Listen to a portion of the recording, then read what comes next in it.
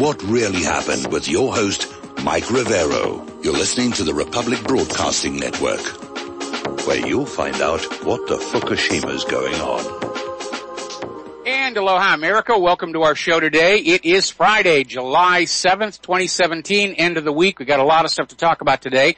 The phone lines are open, 800-313-9443, and it turns out the Lady Claire will be with us in hour number 3. So we can all look forward to that here. All righty. Mike is in our control room, ready to answer the phones when you call on in. So let's start in on the news. Obviously, at the G20, a lot of stuff going on, and it's really violent over there in the streets. There's 100,000 protesters literally flying in from around the world, descending on Hamburg to protest, and the place is looking like a war zone.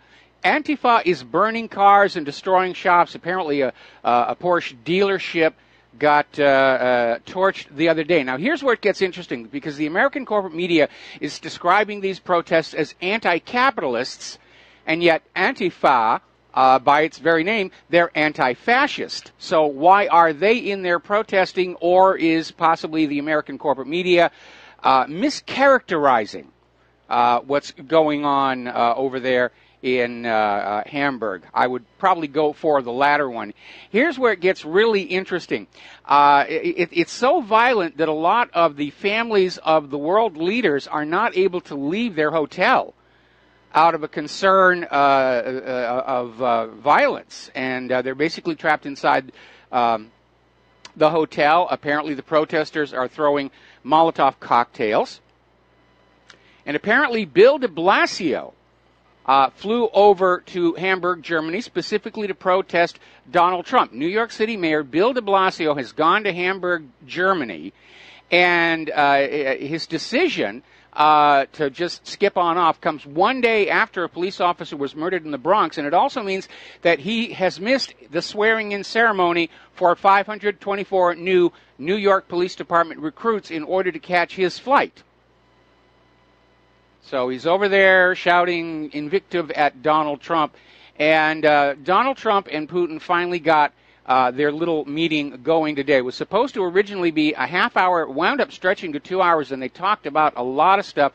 Everyone was taking a video of that first handshake. And it's hard to read from a photograph, but it looks to me like they had a very warm relationship, mutual respect.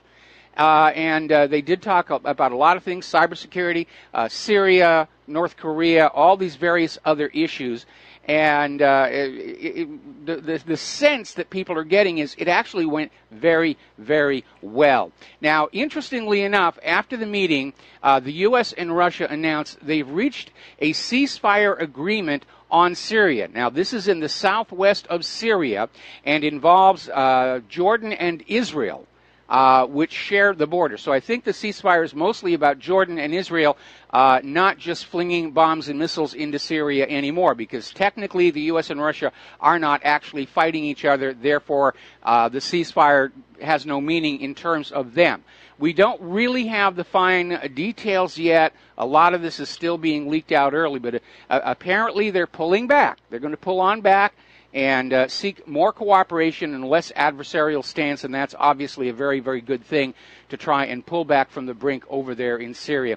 Meanwhile, here in the U.S., the usual troublemakers are out there demanding Donald Trump not return these seized Russian diplomatic compounds. And they were seized under, again, an unproven allegation that Russia was engaging in espionage, and these were their spy centers or whatever it was. And Senators Jeanne Shaheen, Marco Rubio, and Johnny Laxon sent a letter to Trump saying, don't return them, don't return them. At this point, I think Trump ought to, because first of all, it is a tremendous breach of diplomatic protocol to seize diplomatic property, because technically that's the sovereign property of the foreign nation. And so there has to be a really good reason, like you've gone to war or something. Now, a lot of people are still talking about Donald Trump's speech in Poland, and he said a lot of things that a lot of people are really responding to, such as that Europe has a right to preserve its cultural identity. And I imagine George Soros is ricocheting off the walls over that one. and basically reversed the globalist vision of former President Obama.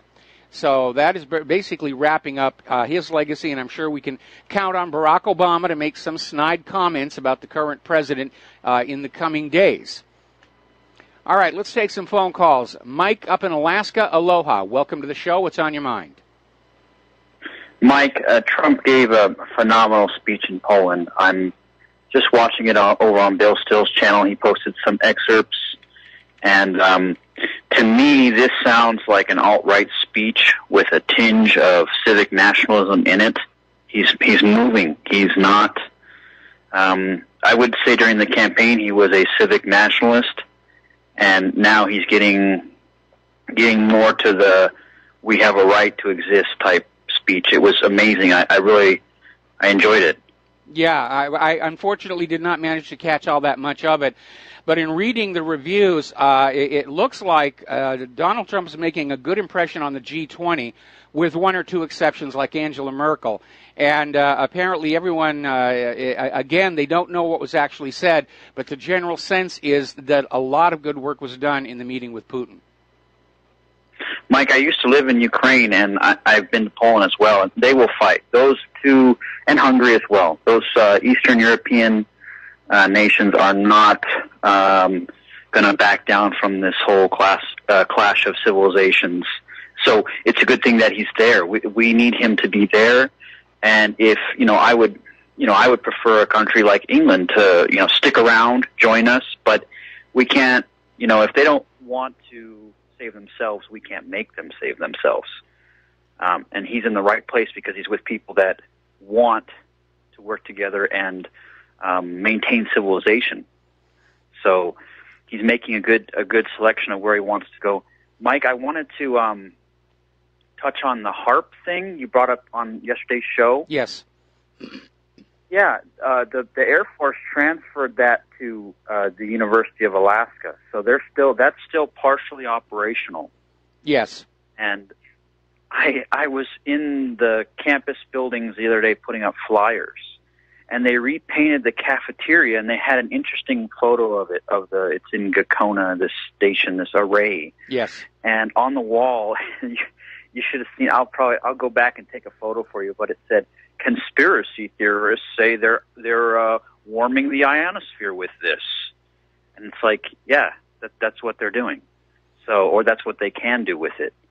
So it's just funny how the conspiracy theorists and all that stuff is finding its way onto pieces of literature at universities and things like that. Well, you need to understand, before we go any further, you need to understand a lot of that conspiracy theory is actually put out by the government itself to conceal the reality of what's going on. And I think probably the best example of that is that the U.S. government actually kicked up a lot of this flying saucer, Roswell, UFO stuff during the development of top-secret Black Project aircraft, so that when somebody would see several $1 billion of tax money fly overhead, they'd run to the nearest town and say, "I saw a flying saucer," and everybody would laugh at them and ignore them, and not pay attention to that little isolated hangar at the end of that runway out in the desert. And it's very interesting because if you look at the history of Hollywood films and TV shows about alien invasions and the rest of it, and exactly when they were being done, they all overlap the period of testing for various Black Project aircraft, including the SR-71, the stealth fighter, the F-117, and some of these newer stealth drones, Half Blue, and so forth and so on. And so this stuff gets put on out there. And so in the case of HARP, looking at that antenna array, it's obviously a phased array in medium frequencies, so the beam is steerable. And that's what led me to conclude that it was probably an attempt at an over-the-horizon radar system bouncing off the ionosphere. So the government puts out conspiracy theories about they're heating the ionosphere, they're using it to change the weather, blah, blah, blah, blah, so that people get caught up in discussing whether that's what it's really all about, and they don't really look at the facility with an objective eye to figure out what's really going on. Right, and then once they got more satellite technology, some of this White Alice and Dew Line type technology was no longer. It's all obsoleted. It's all obsoleted. Yeah. Right. One other thing, Mike, I'm bouncing around here, but while I was up there, I saw a bunch of other posters, and I just thought this was worth noting because I never saw anything like it when I was at this same university. And that is, I don't know how to put it, Mike. There's all these posters talking about sexual assault and texting and trolling and people. It's basically everything on campus is creepy. You're creepy. I'm creepy. I beg your pardon. All the cops. I saw it and I thought, they're trying to turn everyone into like giant pandas, where they just don't talk to one another, and everyone is just a predator waiting to strike. And it's just a mental illness factory. I don't know how else to put it, Mike. Well, I think part of it is this political correctness, selling the victimhood card, and turning us all into a nation of whiners and crybabies. And also, of course, it keeps the students from realizing that they're not really getting a quality education. They're not getting their money's worth. And most of them, I think something like, it's estimated 70% of college graduates will never in their lifetime pay back those student loans in our current economy. Exactly. I got lucky with a scholarship, but I would be a Bernie bro if I was in that. I can sympathize with some of these the college student debt Bernie bros, because, like you said, they're never going to get out of it. And I got lucky, but it's a fork in the road. It could have went a different way. So you got to have some compassion for $1 trillion in outstanding student debt in this country. That is a problem. And the degrees, I'm not using what I got, although I enjoyed it. It's a piece of paper. So it's a tough situation, and then going around and saying everyone is going to rape you in your dorm or whatever, that doesn't, it happens, but it's making people antisocial, and it's overblown and it's being exaggerated. We saw this all the way back in the 1990s with the rape epidemic, and it was put on out there to basically scare women into supporting the militant feminist agenda. And looking back in hindsight, it turned out there wasn't really a rape epidemic. I mean, there was rape, but it was actually in decline at the time. But it's all about using fear to draw support to a particular political agenda, whether it's fear of being raped, fear of the whites, fear of the blacks, fear of the Hispanics, fear of the Muslims, and on and on and on. Fear is a very powerful motivator to unsophisticated population. Right. Well, thanks, Mike. Have a great day. All right, thanks an awful lot. We're going to do a shout-out now to our on-air affiliates who are just now rejoining our network. And we're going to go back to the phones to Jim in Chicago. Aloha, Jim. Welcome to the show. What's on your mind? Hello, Michael. A couple of things. Today the job report came out, and also they were talking about the economy. This administration is just like the Obama administration, lying. And when are people going to realize that there's no jobs out there? No, there are no jobs out there. I mean, even Fox News only a couple of days ago was admitting that almost 50%, almost half of able-bodied Americans willing and able to work have not been able to find jobs for months or years. And that is a worse jobless rate for the American population than during the Depression of the 1930s, which is why it's doubly ridiculous that they're flooding this country with illegal immigrants and refugees. There are not going to be any jobs for them either. I would agree, but what is this administration going to do about it? I don't know that this administration can do much about it. I mean, Donald Trump's got a lot of good ideas, but one of the things that he doesn't have are the resources to effect a change. The government is hopelessly mired in debt. There's no revenue coming on in that isn't already earmarked for the wars in Israel and so forth. He doesn't really have a lot of options on what he can do other than to try and keep the population from losing its temper, which is why they're having to go on trying to maintain the illusion that the jobless rate is, way down there. They can't basically stand up and say, yeah, we've been lying to you all this time. There's a lot of very angry Americans out there, and it's not going to take much to push them over the edge. So do you think Trump is going to be like Hoover then? Yeah, absolutely. I mean, the Democrats are already lining up to blame Trump for what appears to be an imminent economic crash. Right. The other point, I was reading, I think it was James Defense Magazine, and they were saying that North Korea has 63 submarines. Do you think these submarines could be more dangerous than, say, certain missiles, considering most of our goods come from Asia, and they could sink those ships anytime that they want to? Well, the North Korean submarines, as I understand it, they're diesel-electric. They're not very quiet, meaning that they're easy to find. There is a concern that some of North Korea's newer submarines are able to actually fire missiles. They don't have the number of missile launch tubes that, like the Ohio class, have, or that new Russian one, the follow-on to the Typhoon, I forget what it's called. In fact, it seems like they're limited to just 2 or 3 that are actually built into the conning tower, the sail, which is an idea that they got from one of the very earliest Russian ballistic missile submarines that only carried 2 missiles. But yeah, they could be a real problem. They could interdict the sea lanes of communication, but being diesel-electric, there are 2 drawbacks. There has to be a tender in attendance on the surface, which are easy to see and identify. And second, they do have to come to the surface every once in a while to recharge their batteries, so they're not as stealthy as the nuclear boats. It would be a considerable force to have to deal with, and it would be a problem. I think the best solution is we just don't go to war with them. Don't give them a reason to send those submarines out there. Right, okay. Well, Michael, thank you very much. You have a nice weekend. All right, thanks an awful lot. We're going to let you go here. Now, interestingly enough, apparently one of the issues that Donald Trump is being talked to about at the G20 on an informal, social, oh, by the way, on the sideline, is this bizarre story of the DNC servers.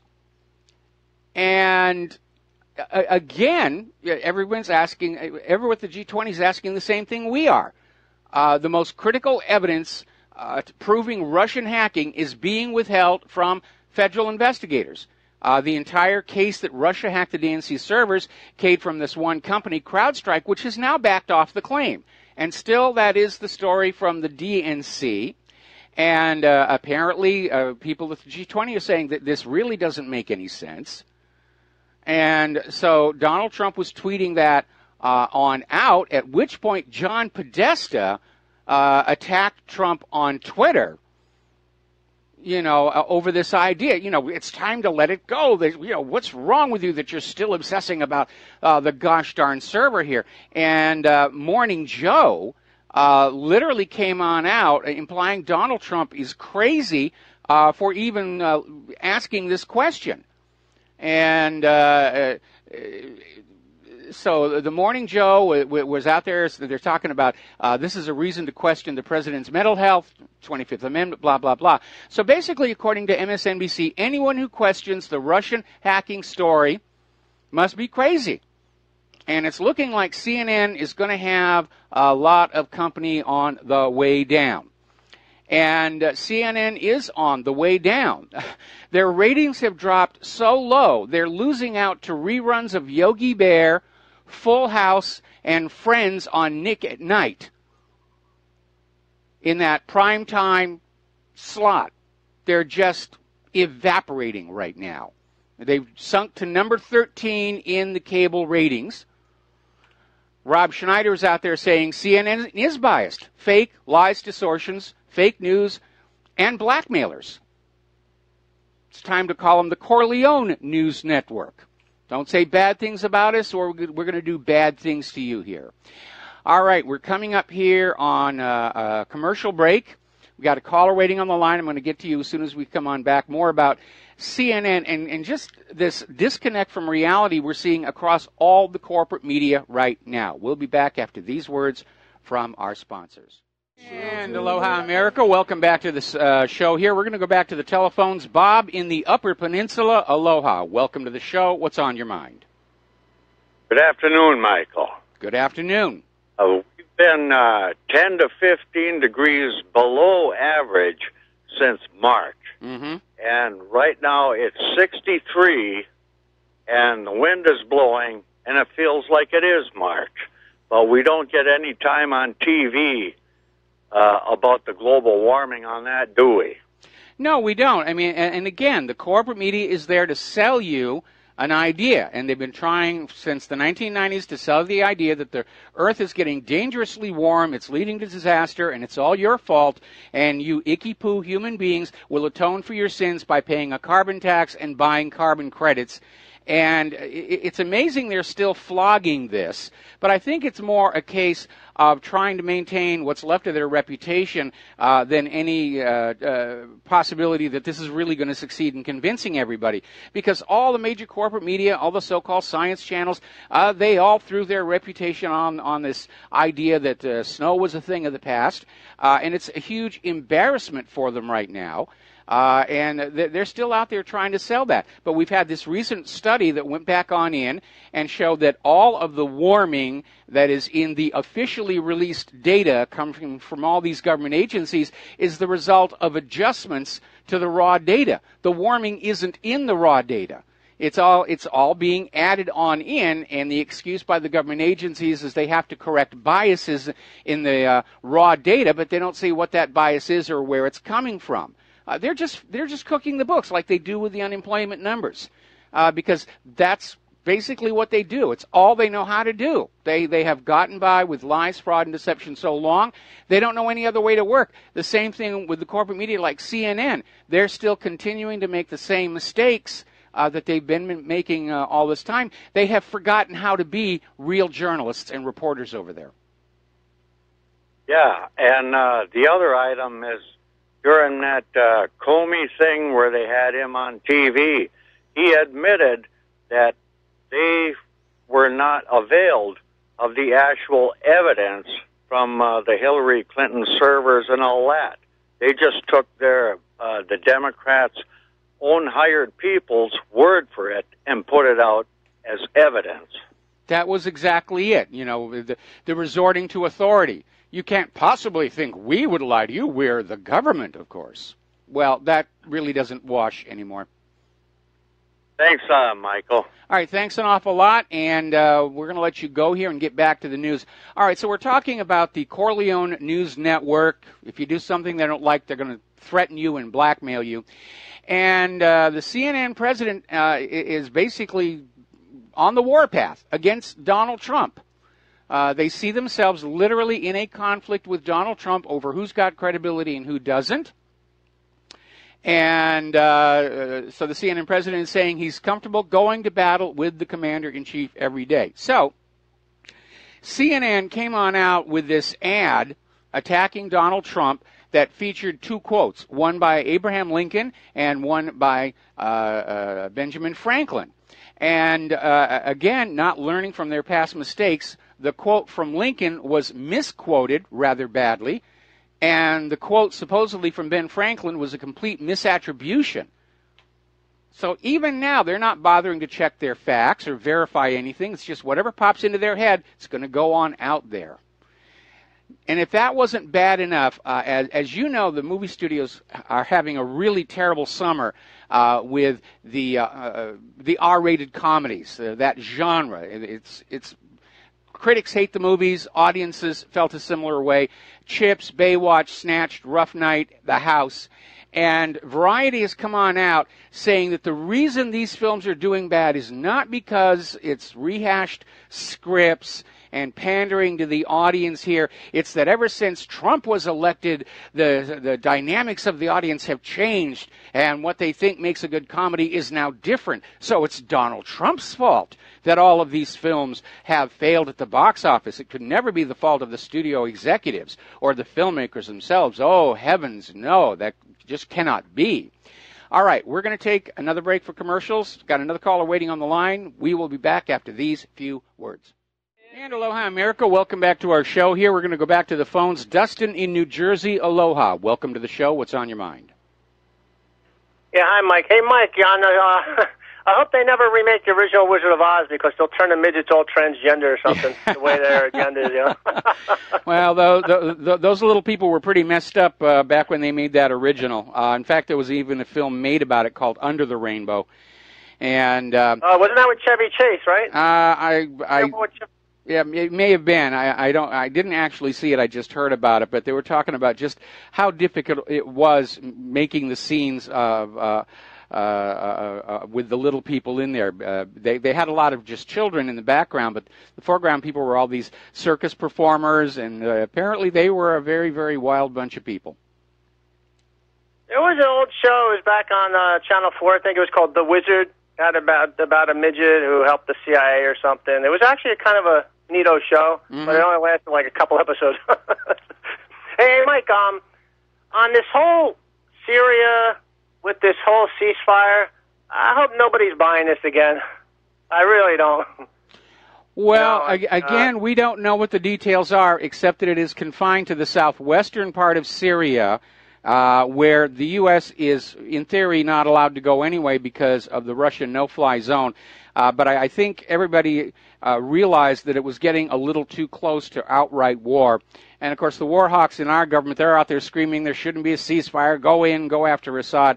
And we know that Israel can always kick off a new attack onto the Golan by claiming an errant projectile has hit some more dirt somewhere near where they're standing. But Mike, I was going to say, it signals that Trump and Putin themselves want to back this off before it really does become a major conflict. Yeah, because you know that pre-release of Assad's planning on, like they know. Like, does anybody actually believe? Like, they know he's planning on starting another gas. I don't actually really believe that crap. Like at this point, I mean, you got to be a real moron to really believe any of this crap anymore. I mean, how are you going to know? A month ahead of time, Well, the fact that it never happened, I think, tells us that they realize that they've gone to that well way too many times, and the public just isn't going to drink that particular Kool-Aid anymore. Hey, Mike, I was flipping through the news on, I think it was at 3 or something with Shepard Smith, yep. And Fox News is crap too because he says he even says when they go to shake hands. Well, in Russia they'll be using that Trump sticking out his hand like Putin's the boss in that shot. The Russians will be using that as propaganda. So Fox News is a propaganda pusher of the deep state too. So I don't want anybody to not knowing that, because they got their own agenda too. Well, they all do. There is nobody in the corporate media that is actually trying to report honestly on what's going on in the world. They're all bought and paid for correspondents and prostitutes. And again, Mika Brzezinski over on MSNBC admitted on air last February that they see that their job is to control what the American people are thinking. And I would hope the American people are going to stand up and say, by golly, we're not going to let you control what we're thinking. We'll decide for ourselves what's going on. But that shows everybody, when she said that, because I saw her say that people do anything for a buck. Your own countrymen will sell you out for a buck, and that's a fact. Thanks, Mike. All right. Well, thank you very much for the phone call. They get a lot of bucks for being very good, creative liars here. Now, getting on back to the political news, interesting little article. This came out of the Gateway Pundit. About how Maria Bartiromo was correct. John Podesta lied about his ties to Russia. There should be an investigation into him. Why is all the media attention and all this congressional investigations all about Trump, and they don't find anything? And their excuse is, well, the fact that we haven't found anything proves we just have to look harder. And meanwhile, you have Podesta and his ties to Russia. You have Hillary Clinton and the Uranium One deal. And it's like, no big deal. No big deal. That sort of thing goes on all the time. We're not concerned about when Democrats have ties to Russia. It's only when Donald Trump has. Okay, well, I'm glad to hear about this ceasefire situation here, and one thing it may be impacting is apparently Russia did a second cruise missile attack into Syria, and they destroyed Islamic State facilities in Akrabat, and they released the aerial footage showing 3 separate targets being hit. And they're using their KH-101 stealth cruise missiles. They're an air-launched cruise missile. They can be standoff launched and very, very effective little weapons there. Meanwhile, and this could also be another aspect of the ceasefire, U.S. air raids killed 224 civilians in Syria's Raqqa in a single month. And so it's really kind of weird to see our corporate media and the government going on about Assad is killing his own people. Assad is killing his own people. Really? How many can you prove he's actually killed?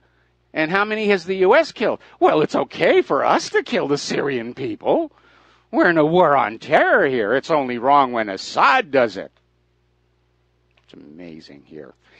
Israel piped up their little 2 shekels worth here. They want the United States to control the de-escalation zones in Syria instead of Russia. Now, Russia set up the de-escalation zones. The U.S. wasn't invited to participate. And Israel's out there saying, well, Russia should just get out and let the U.S. control the de-escalation zones, ignoring that little tiny detail that Russia is in Syria at the request of the Syrian government, while the U.S. presence in Syria is illegal under international law. But then, when did Israel ever care about international law?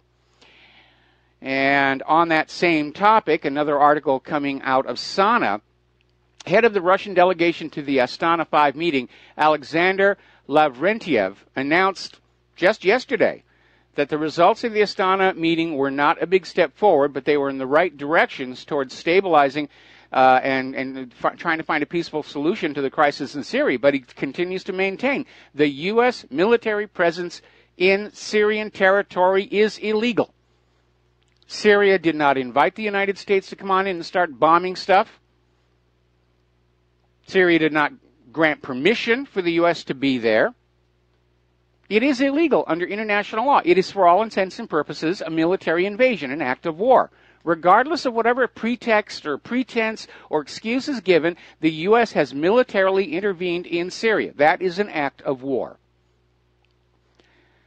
Now, moving back on down to Qatar, Saudi and the allies are threatening more measures against Qatar, along economic punitive measures, legal measures, political measures, which tells us that they're backing off the idea of a direct military intervention, and that is also a good thing, because a direct military intervention into Qatar could explode into a regional war, and nobody really wants that. Now, Russia recently tested a new ICBM, the Bulava, and they launched it from their nuclear-powered submarine, the Yuri Dolgoruki. I probably blew that, and I apologize to the Russians listening to this show. And they test-launched this intercontinental ballistic missile from a submerged position in the Barents Sea, and the missile's mock warheads, it's a MIRV, successfully hit all their designated targets thousands of miles away. And you'll notice the United States isn't making a big stink about Russia's testing an ICBM, because only an idiot would be provoking Russia at this point. The U.S. only goes after little tiny countries unable to defend themselves. And, of course, what North Korea is doing is rushing to be able to develop that deterrent ability. And they're getting very, very close. It's becoming very obvious, even at the stage it's at right now. An invasion of North Korea will be very costly in terms of military hardware, personnel. It'll be another Vietnam if they go in there. And as a matter of fact, Secretary of State Tillerson came out today and extended an invitation to North Korea to come back to the negotiating table.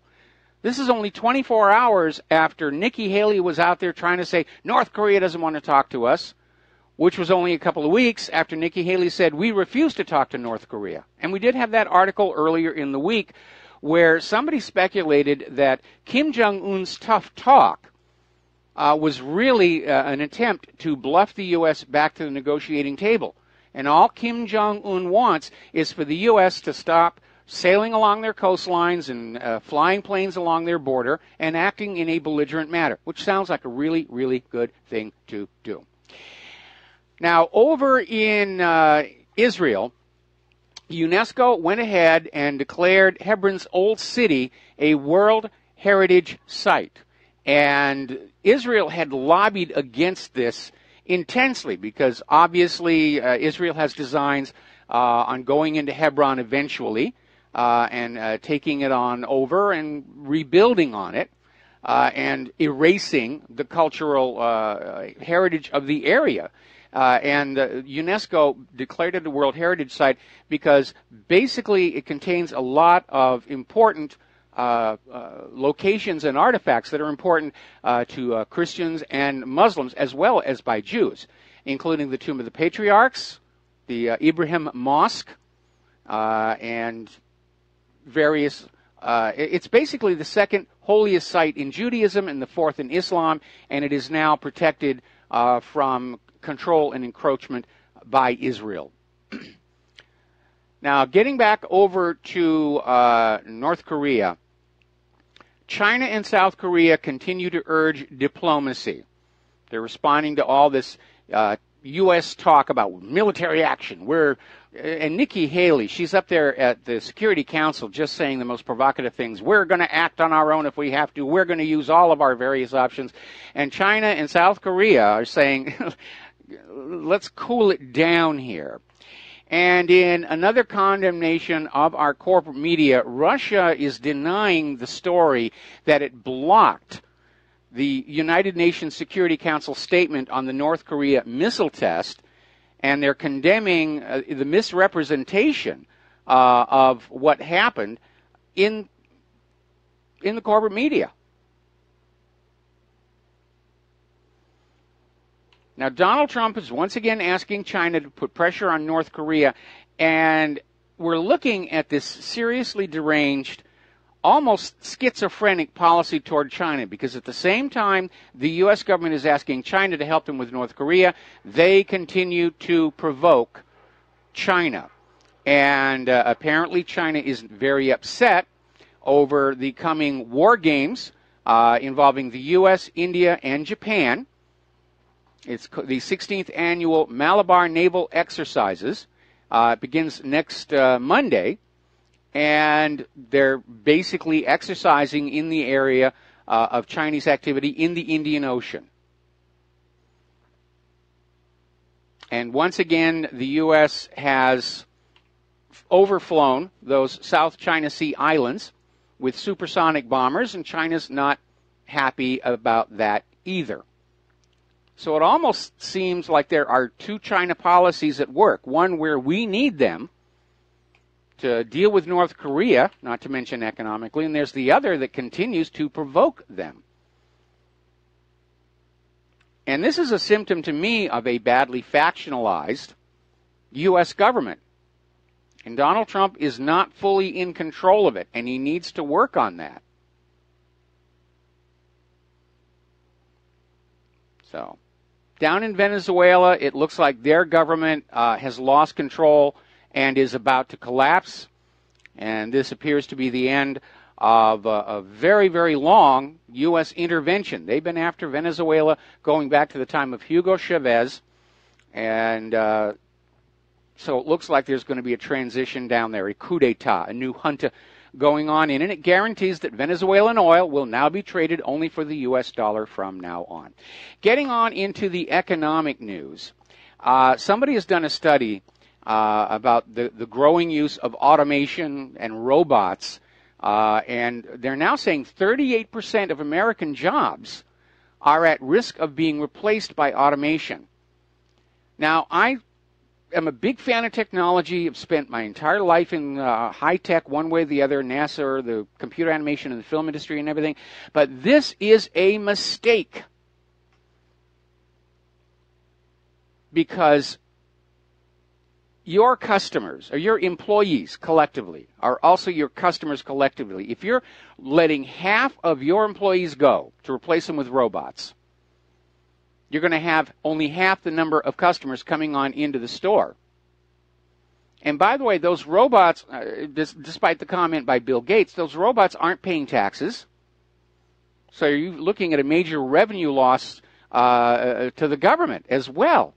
This has not been thought all the way through. It's like when they first started this idea of offshoring jobs, and they weren't really thinking it all the way through. And the first few companies that offshored their jobs, they saw their profits go up, and everybody else said, oh, well, we're going to do that too. And the jobs were just fleeing this country. And George W. Bush actually helped them by changing the tax code that actually made it advantageous to these multinational corporations to have their employees overseas.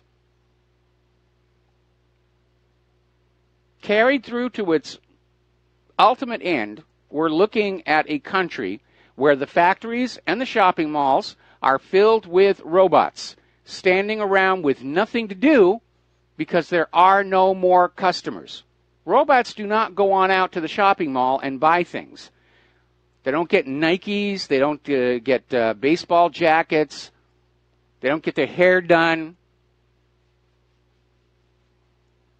There are certain jobs robots are ideal for, like cleaning out burned out nuclear reactors.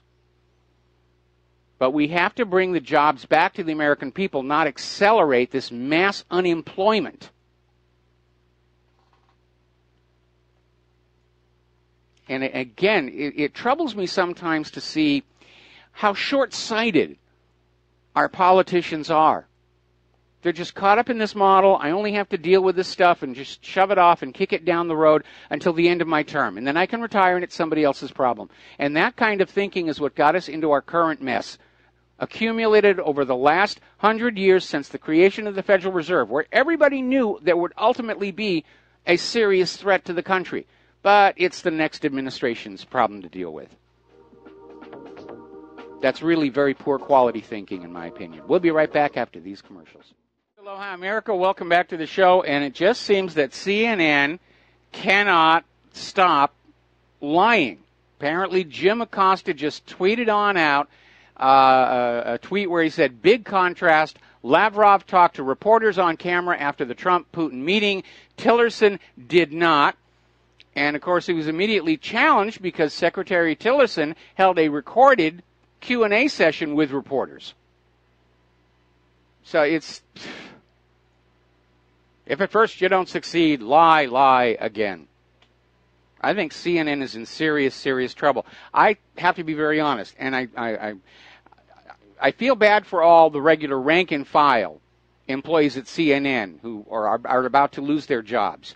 But I think it would be a very good thing if one of these major media players were to collapse, because it's going to send a message that they're not invulnerable, that they will be held to account for the quality of their reporting by the American people, and that the independent media has really arrived. Getting on back to the economic news, Stockman is out there saying we're on the fast track to Carmageddon. And he's talking about back in the 1950s when General Motors had 50% of the auto market. And the conventional wisdom was, as General Motors goes, so goes the nation. Well, it isn't that way anymore. There are a lot of warning signs out there. When is it going to hit? We don't know.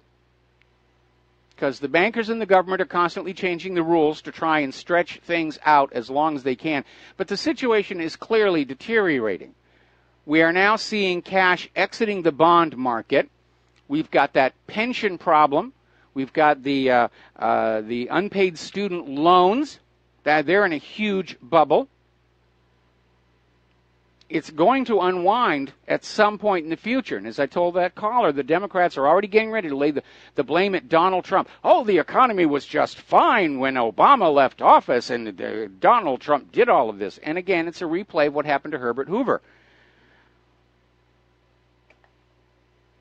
They just blamed him. But Hoover did not create the Depression of the 1930s. It was created for him. Same situation all over again. Illinois is rapidly becoming the poster child for the coming sovereign debt crisis. The Illinois House voted to pass a 32% income tax hike. The governor vetoed it, but he was then overridden. So if you're in Illinois, your state income taxes just went up 32%. And even that's not going to be enough to deal with it.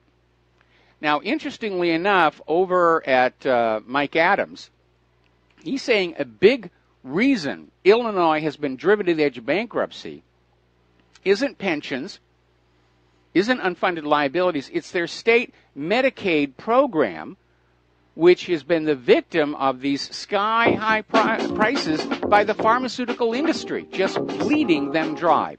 Okay, we got to do a station identification. We'll be back after these few words.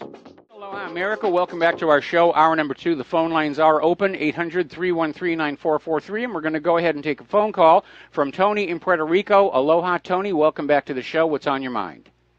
Yeah. Aloha, Mike. Can you hear me? I can hear you just fine. Okay, great. Listen, I'm a little intrigued about the Revolutionary War. Why didn't France, Spain, and Mexico fought with British against the Americans? Because they also had property in America, didn't they? No, at the time, the colonies were almost exclusively British. And as a matter of fact, France, throughout that period of time in history, was more or less constantly at war with Great Britain. And France came into the revolution on the side of the revolutionaries more about annoying Britain than actually having that much care about the colonists, although obviously some of the people on the French side were very committed to the idea of freedom, like General Lafayette. And, of course, the American Revolution was a very strong and powerful inspiration for the French Revolution that followed on just a few years later. Yeah, I understand that, Mike, but didn't France have Louisiana? At that time, Louisiana wasn't part of the British colonies. Okay. Now, what about Mexico? Didn't Mexico have Texas, California? Texas and California didn't exist back then. Okay, and again, those territories were outside the British colonies, which were the item under contest. So they didn't really have a truck in that fight, so to speak. Right. What about the Spaniards? Didn't they have Florida?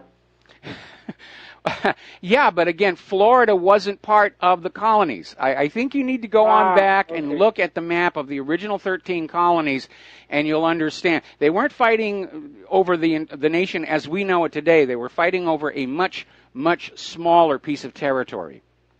I got you. Okay. All right, thank you, Mike. All right, thanks an awful lot. We're going to let you go here. Getting on back to the economic news, Microsoft is announcing major, major layoffs. And they still have not, they've started notifying employees whose jobs are being cut, and more than likely it's people in quality control and places like that. And one source is saying that it's going to be several thousand employees. CNBC said the number is only 3,000, but he didn't have a source for that number. But obviously Microsoft is now in huge trouble. And I think the reason is the arrogance they had in trying to force Windows 10 on people. And we just dug our heels in and said, no, we are sick of this planned obsolescence nonsense where every 5 years we're forced to buy all new product. And especially in this case, the replacement, the new version is worse than what we had before. And in a healthy economy, maybe we can go along with that kind of nonsense, but we don't have that kind of an economy anymore. And that business model where your long-term financial planning requires the consumer to buy the same thing over and over and over and over again is not viable in the current economic realities. And any large corporation who has not adjusted to that new reality, they're going to be in trouble. And I think that is a big part of what's happening to Microsoft. Apparently over in the Bank of Japan, they've gone on a bond buying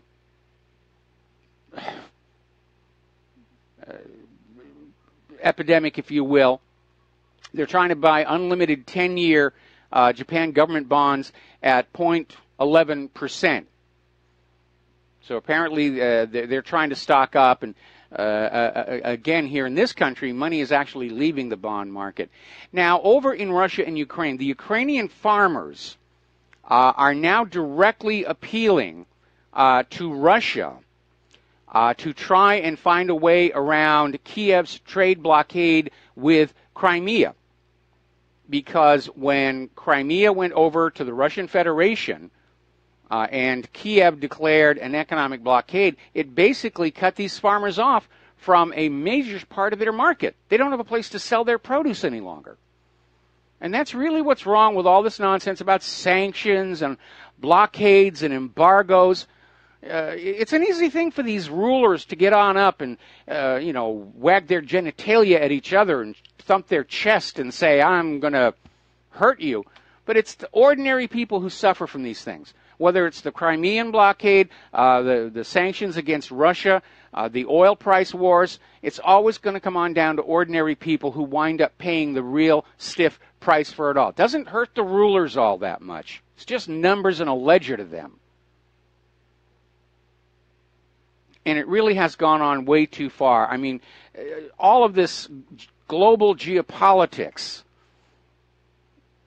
this push to a new world order, this U.S. against Russia and China, it's already inflicting major damage all across the globe.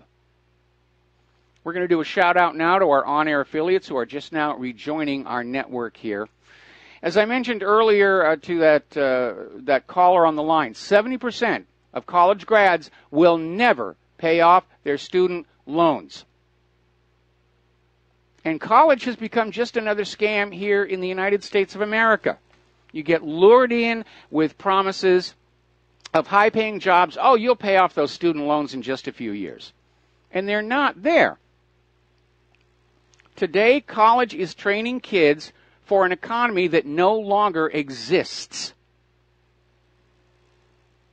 And college has just become another way to just get those kids and plunge them on that barbed debt hook as hard as possible, as early as possible. I mean, the banks are so desperate to get new borrowers to keep the Ponzi scheme going. They're now literally going after high school kids. They want to give high school kids credit cards now.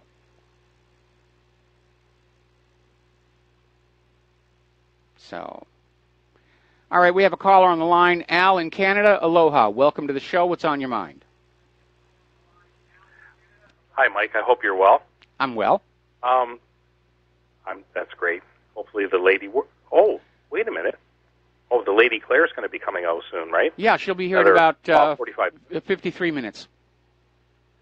Okay, anyway, earlier you were talking about Japan with their bond market. It's a joke. They're 300%, debt to GDP. It's absolutely insane. But one of the things you said was they're looking at a 10-year bond that'll pay 0.11%. Now, you said 0.11, and there is a difference. I'm not, saying anything other than if you take $1,000 and you add 0.11 percentage points to that, it's not much. It's like $1.10. Whereas when people refer to 0.11 as 0.11, it sounds bigger, but it's not. It's almost nothing, right? It's almost nothing. It really is. What the Bank of Japan is doing with the government of Japan is what our Federal Reserve is doing with Washington, D.C. They're just creating money out of thin air and finding a reason to give it to the government to keep them propped up. Yeah, and here's the only thing. Here's what I don't like about it, because the government's doing it, right? If money, if currency were free to people like you and I, we could actually make a difference in the economy, because we would be spending it, right? I don't have a problem with like quote unquote free money, but you know as well as I do that government, large S, is out of control, and it doesn't matter what country you look at. It's ridiculous. So, this is not going to end well. It's coming. Just like one of my favorite guys that calls into your show from New Jersey.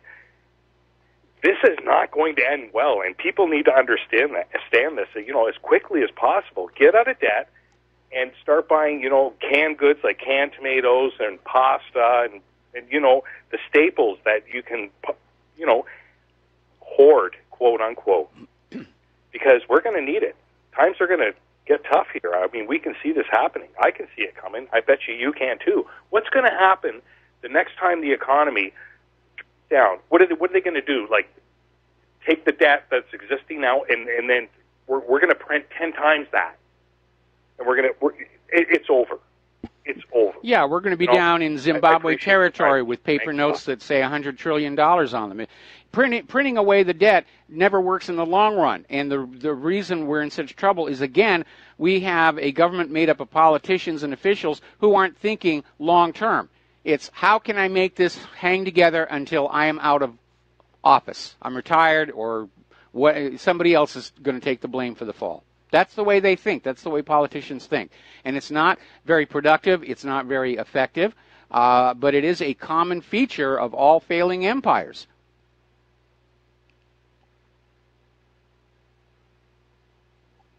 Okay, I guess we lost Al. We were hearing problems on the line here. So let's take a phone call from Kyle in Pennsylvania. Aloha, Kyle. Welcome to the show. What's on your mind?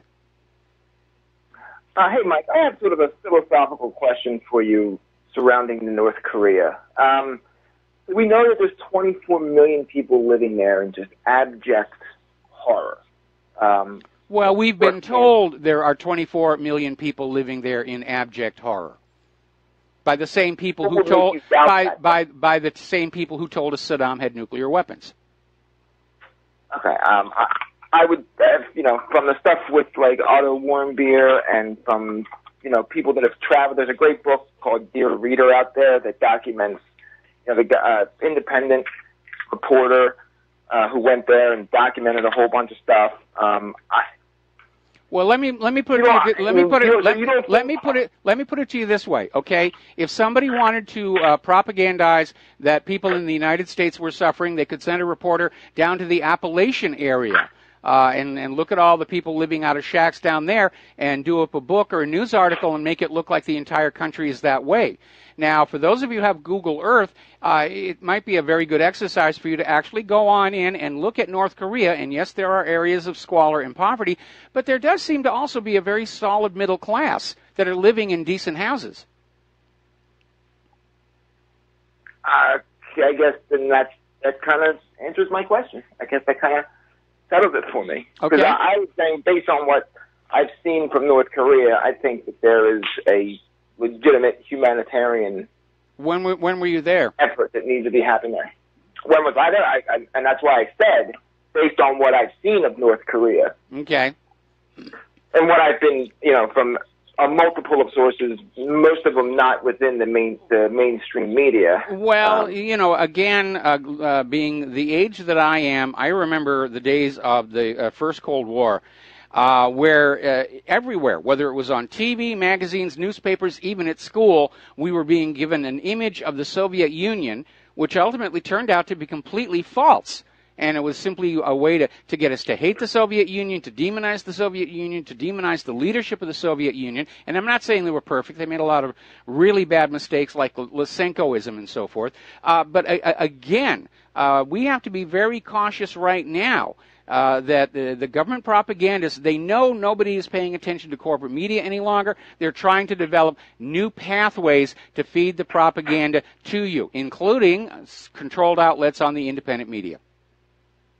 Well, and so for the sake of argument, for the sake of this discussion, let's assume that everything, all the horrors, all the work camps, everything we've seen from North Korea is true, for the sake of this argument.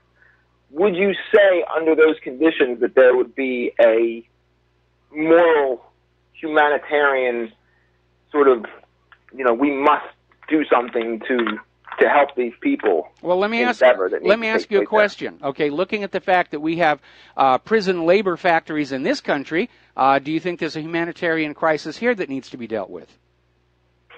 Well, no, in the sense that, like in North Korea, if I'm a father and I get sent to the work camps and I die in the work camps and say I've been sent there for 40 years and I die there after 6, those 34 years still remaining fall down to my family, and they will then have to go to the work camps and work in my place. And why are you why are you sure about that? And once again, I said this is based on, for the sake of this conversation, based on what I've okay, heard. well, it sounds to me like it sounds to me like we're having a debate on how many angels can dance on the head of a pin. No. The point of my question is to say, if everything we've heard, if all of the horrors from North Korea are true, and I'm not going to say that they're all true, but if the living standards and if the things that the Kim Jong-un are doing over there are legit, at that point, would you think that there is a basic humanitarian The question is the question is meaningless because I do not concede your prime assumption that we actually know what's going on in North Korea any more than we knew what was going on in Iraq prior to that war, any more than we know what was really going on in Iran back when they were demonizing Ahmadinejad and saying they were getting ready to strike at Israel. We don't really know, okay? The American people are the most lied to people on the face of the earth, and you have to remember that before you look at anything on the TV or newspapers or magazines. Anyway, Kyle, coming up on a commercial break, we're going to let you go. Thank you very much. But it is a meaningless question. You know, he wants to have a discussion on a pure hypothesis that for once in the last 3 decades, we're actually being told the truth about a nation that the U.S. government clearly has designs on. So I think that's rather naive. All right, getting on back to the economic news. Homelessness, say that 3 times fast. Rivero speaks, take 2. Homelessness in New York City spiked by nearly 40% so far this year. That's another indicator. Things are really going downhill. We have to get people jobs. We have to bring the jobs back somehow. And I'm not talking about we make a deal with a foreign car factory that's going to hire a few thousand people. We're talking about 90 million Americans need a job right now. And unfortunately, it's going to be impossible to wave a magic wand and just all of a sudden have all these shiny new factories and new technologies. We've been allowing our manufacturing to decline since the 1980s, and it will take a similar period of time to rebuild it. And again, nobody wants our GMO agriculture, and it's going to be a major mess unwinding from that one. And again, one of the reasons I totally back Donald Trump's resurgence of NASA and its retasking, getting them away from global warming and actually going back out and exploring the universe is not because we need to explore the universe, but because we need to remember that the tech boom of the 70s, 80s, and 90s, with all the attendant jobs, was born in the research and development that led to the Apollo missions to the moon. Unfortunately, much of that tech development still involved foreign manufacturers, and the United States has forgotten how to make a lot of this stuff. A lot of the people in this country who know how to do large-scale fabrication of integrated circuits and so forth, they've been lured away by other countries who respect manufacturing and those who can manufacture. We got a long, long way back to fix everything that's wrong with this country. All right, we're going to take another phone call. Kathleen in Paris, aloha. Welcome to the show. What's on your mind? Hi, Michael. Yes, it's back one topic ago about propaganda and the young man who was, carried away with the propaganda about North Korea. And a professor I had in the university one time said something really eye-opening. She said, I'm going to tell you something very surprising. She said, the sun actually shines in Russia. I love it. I absolutely love it. Too. Because at that time, it was a long time ago, but at that time, the only images we had of Russia were people in gray coats waiting in bread lines. Yes. Yeah. Well, there was that one time when the Soviet Union did make that disastrous experiment with Lysenkoism, and bread was in short supply, and it ultimately led to that deal where the U.S., which then was the breadbasket to the world, did sell a whole bunch of grain to Russia to get them through the tough time. Anyway, we got to let you go. Got to take a break for commercials. Got another caller waiting on the line. We'll be right back. Aloha, America. Welcome back to the show. And I'm getting all kinds of emails from people who have a more direct experience of North Korea. And one of them pointed me at a documentary from Russia Today called "The Happiest People on Earth: North Korea, the Rulers, the People, and the Official Narrative." It's about an hour long, and it will open your eyes as to what life is like in North Korea. And I'm seeing things like rock bands. And apparently they have state-funded daycare for all working parents. And, oh, there's a little tiny cute guy, and he's playing with a toy gun. Can you imagine the uproar from the liberals if that was happening here in this country? And, yeah, this is going to be worth watching. And I'm just skipping forward through it. Nice factories. Yeah, guess what? They remember that comment that Kennedy made in Germany? We all cherish our children's future. We all walk the same earth. We all breathe the same air. This is definitely it. So that's your homework for the weekend. There'll be a pop quiz on Monday. We're going to go back to the phones here. Hoss in Nebraska. Aloha. Welcome to the show. What's on your mind? Aloha, Mike. I was listening to you talk about all these Americans that don't have jobs and stuff. And I've been listening to you for about a year now, and I don't understand why people don't just move to an area where there are jobs. I mean, where would that be? I mean, okay, well, in Columbus, Nebraska, there's over 100 jobs right now in manufacturing. Ooh, in 100. Nebraska, there's 50. Wow, that's a lot. That's 100 people, but that's one city. So if you get 10, that's 1,000. So now we can just keep adding up cities. If you want to, just stop being a milk system, and being, I'm not going to have a pity party for you. I mean, I moved around a lot, because I was in the Army and stuff. So, I mean, I shouldn't have to. I mean, I don't feel sorry for anyone that says I can't find a job. I can throw a stone anywhere in this state and find you a job. So. Well, good for you, and maybe you should open up an employment agency then. But the reality is, we have almost half of able-bodied Americans have not been able to find jobs over the weeks and months. That's the reality. I mean, there's a few jobs here and there, certainly around here in Hawaii. Every time there's an offer for a job, thousands of people show up to apply for it. Well, why don't people move to places where there are jobs? I mean, you can just go on any website and say, I know the Army has paid for your moves. I know the Army's paid for your moves during your whole career with them, but it's a very expensive thing for people to move, especially from here in Hawaii. I mean, Claire and I are trying to find a way back to the mainland, and we keep getting estimates from the moving companies between $15,000 and $20,000 it's going to take. Okay, it's not that easy. Sometimes you got to bite the bullet to.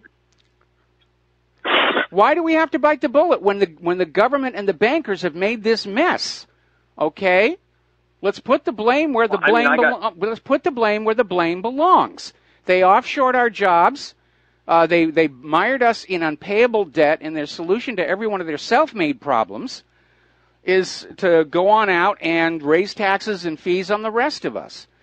And I'm glad you've got 100 jobs in the town where you're living, but that's certainly not the case for the vast majority of the country. Thank you very much for the phone call. We're going to switch over to Rick in Arizona. Aloha, Rick. Welcome to the show. What's on your mind? All right, Mike, you got the best show on RBN. Hey, this reminds me of Libya. The people in Libya were just too happy. That's why they had to go over there and wreck it. And the same thing in North Korea. When you have a country that's really happy and it works and people are living a good life, you cannot have that sticking out, in people's faces like over here in America, because it gives the America way of life a bad name. Well, what's really interesting about the propaganda for Libya, and for that matter, the Soviet Union, was not that they were necessarily suffering. It's just that they weren't living their lives the way we did. Therefore, by default, they were inferior. Well, they were living a pretty good life considering they paid you to go to school and gas was 50 cents a gallon. But I knew people from South Korea, and they had relatives still across the DMZ. Yep. And they never said anything. They never made any comments about how tough it was up there and how the people of South Korea, the older generation, wouldn't mind reuniting with the North Koreans. I think it would be a good thing. I think it would be a good thing. Anyway, Rick, got to let you go. We got to do a commercial break. I got another caller waiting. Heading to the top of the hour, and the lovely Lady Claire. And aloha, America. Welcome back to our show. And Nikki Haley has already come on out with both barrels blazing about UNESCO declaring the Hebron Old City a World Heritage Site. She's out there saying it's an affront to history. Boy, I got to tell you, if Nikki Haley wants to work so hard for Israel, why isn't she their ambassador instead of ours? In fact, at this point, I'm ready to start a GoFundMe project to ship Nikki Haley over to Israel. She loves it so much. We would just get a big wooden crate, drop her in there with some MREs, drill some air holes, don't want an embarrassment over there, and just send her on over there. Because if you're not ready to put this country first, you should not be in any positions of authority.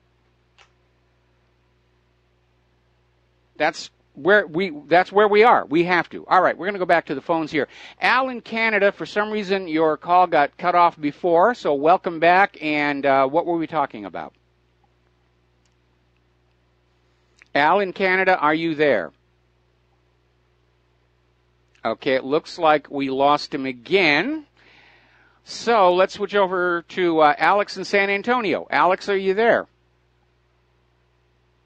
Aloha, Mike, and I don't know what the Hawaiian word for congratulations is, or at least tentative congratulations is, but big congratulations out there for everybody who's an out-of-the-box thinker, because for at least right now, World War III seems like it's been diverted just for a little bit. Well, we'll see. We are breathing a little bit easier, but of course, for peace to happen, everybody has to agree. It only takes one maniac with a bomb to keep the war going. And there are, unfortunately, so many people within so many governments who are still agitating for war because they're invested in the defense industries or they're seeking promotion. So and that's absolutely fine, Mike. I hate to interrupt you. They can dream, they can do what they want, they can get into the airplanes, and we can give them the orange jumpsuits, and they can go fight themselves. But they need the populace of the United States of America. They need Americans to want to fight in order for this thing to be what it needs to be for their plans to go through, and that is not happening. At least today, there is a monolithic encouragement across all people who want peace, whether they're on the left or the right, and at least they see that the real leaders, that are ones that are in charge, they don't want to fight each other, and neither should neither do the populations. So let the crazies go fight whatever they want to fight, but at least I know that the battle is far from over, but at least it has taken a major turn where we can now say it's not a speculation anymore. Now we know no one wants to fight, so we're just going to go after those who are violently pursuing belligerents. Yes. That would be a nice idea. Personally, I think we ought to take all these people who want a war and we drop them in a sports arena with chainsaws, and whoever comes out with most bodily parts, gets to go home. And meanwhile, we run a little gambling on the side. We sell the pay-per-view rights to cable TV. Yeah. We could actually pay off the national debt with that. No, I'm with you 100%. I'm like, okay, let's start taking bets on, who's going to win this. Is Zucker going to beat Zuckerberg? The battle of the Zuckers. We can even, start little marketing things for it. Meme it out ourselves. It just, at this point, it's not that we feel like we've won.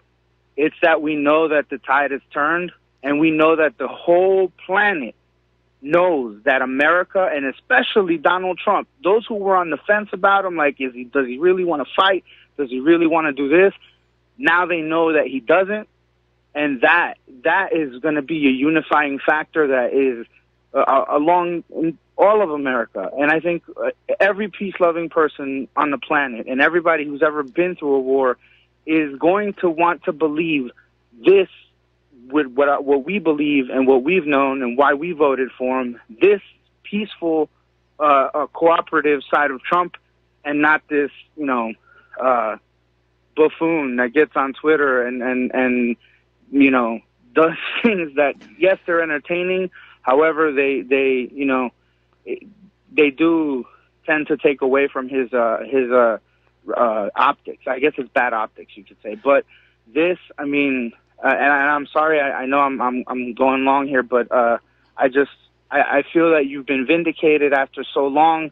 I wish I could give you a hug, man, and a big kiss, and thank you, and say thank you so much, because you are a big energy node in the independent media around the planet. And for a long time, you know, this has been on the other side, more like we're definitely having to prepare to fight than, you know, okay, well, let me cut on in here, okay, because go ahead. Okay, I will agree we're seeing some positive indicators about Donald Trump, but offsetting that is the fact that Trump does not appear to be totally in control of the government, and Donald Trump would not be the first president who wanted peace, who was maneuvered into war by those around him, especially the Defense Department.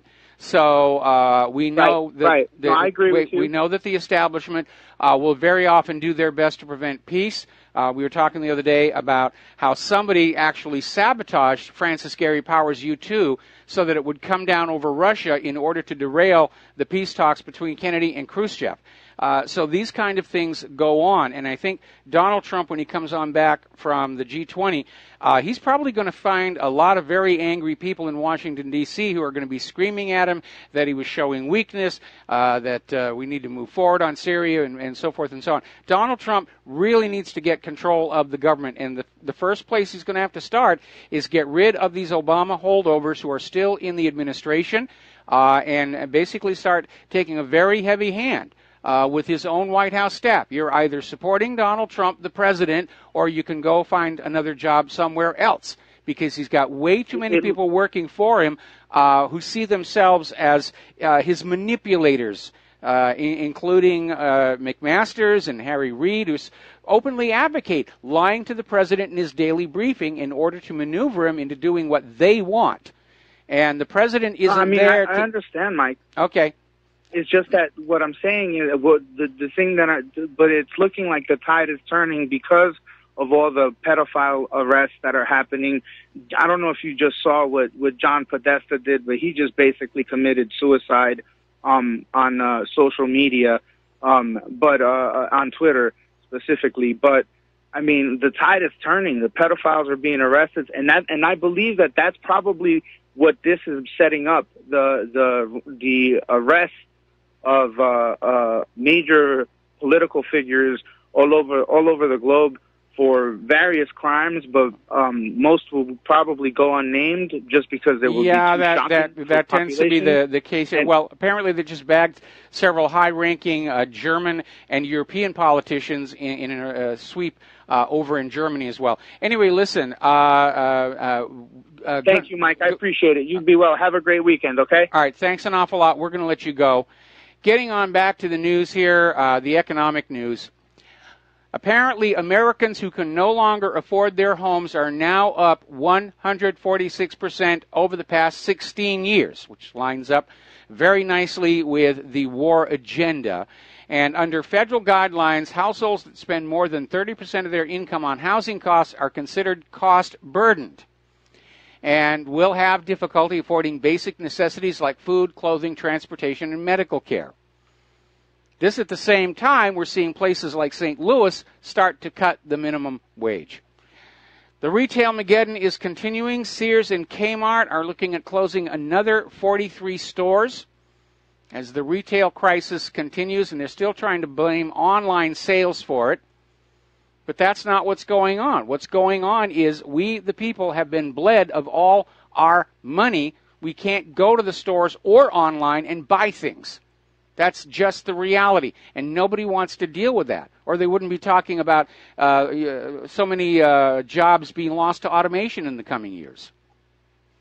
Everybody's looking at their own little ledger, saying, well, this will be good for me, I think. They said that during offshoring. Didn't it actually, in the long run, harmed those corporations? But they're all still out there worshiping at the altar of Adam Smith, who basically said if everybody is just greedy for themselves, the whole system will move forward, and that was a fallacy. And Nobel Prize winning mathematician John Nash actually proved that in his doctoral dissertation. But nobody wants to hear that. Nobody wants to hear that you have to be conscious of the system as a whole when you're doing your strategic planning. They just want to go on being greedy and believing that driving around in a Maserati and having a $100,000 wristwatch on your wrist is somehow making society better. And it really isn't.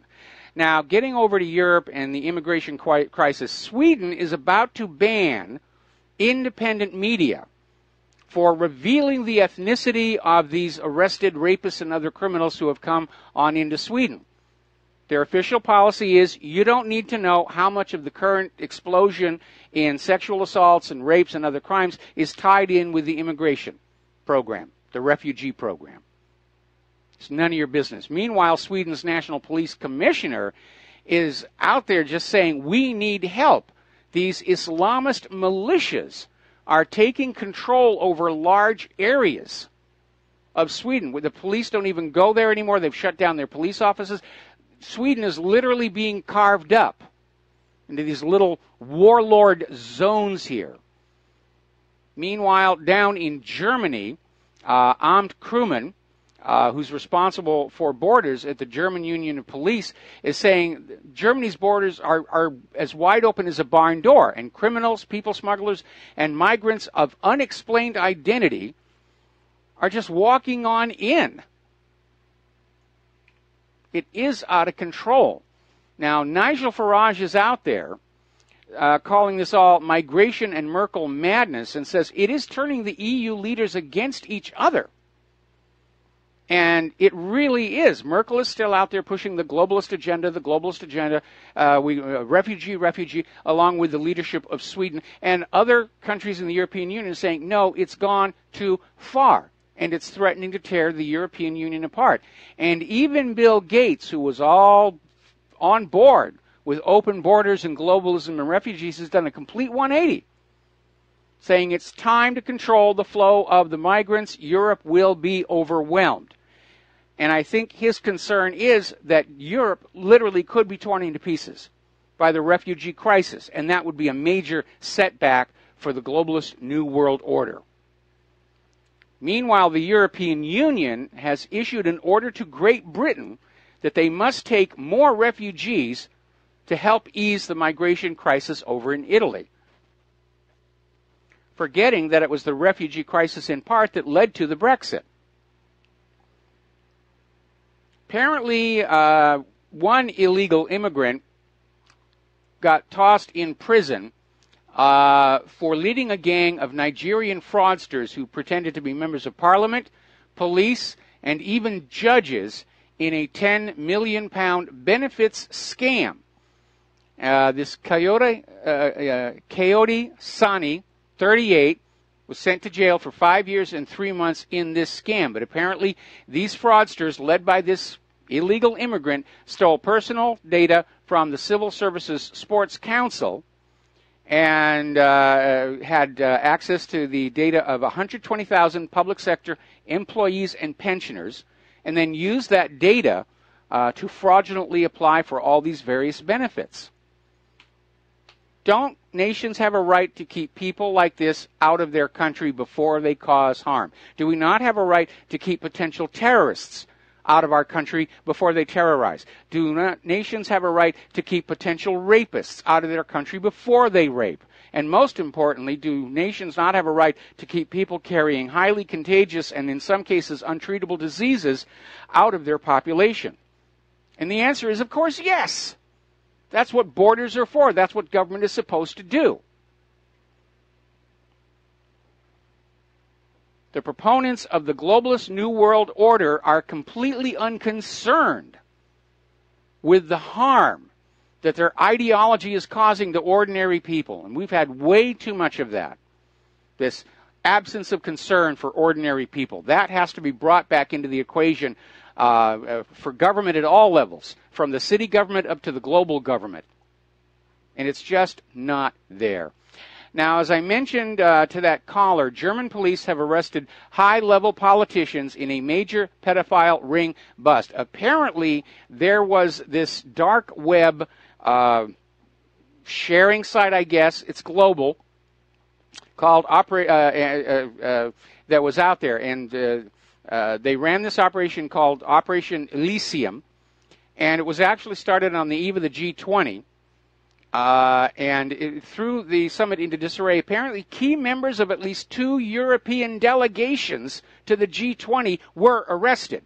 Again, names are not being released, and I'm opposed to that. I think people who engage in this kind of vile behavior ought to be publicly shamed instead of protected. Now, we found this news report from NBC, YouTube video. This is from March of this year, where even NBC was talking about allegations of sex crimes that were being covered up by Hillary Clinton's State Department, including prostitution and, yes, pedophilia. There is something wrong with our civilization that we seem to have these very sick people, mentally ill, seeking positions of power, and there's something wrong with us that we somehow go along with this.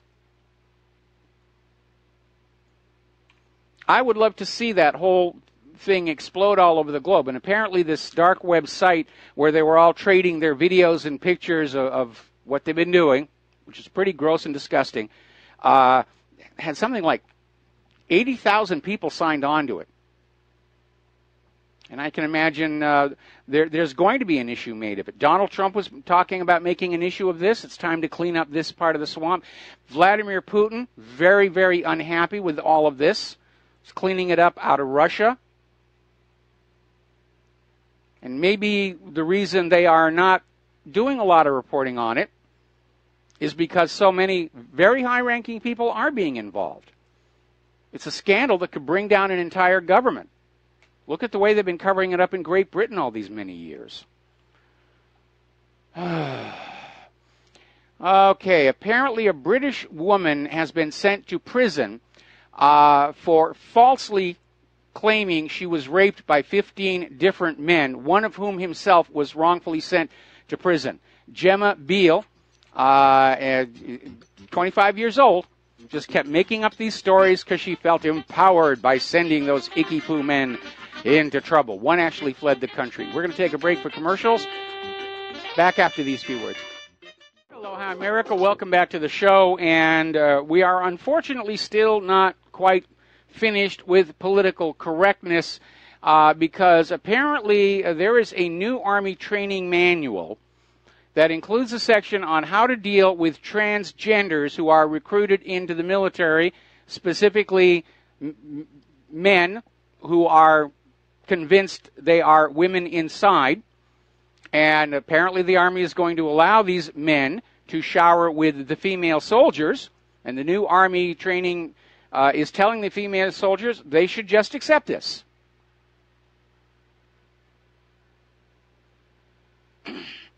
I somehow don't think this is going to make them more effective fighting people.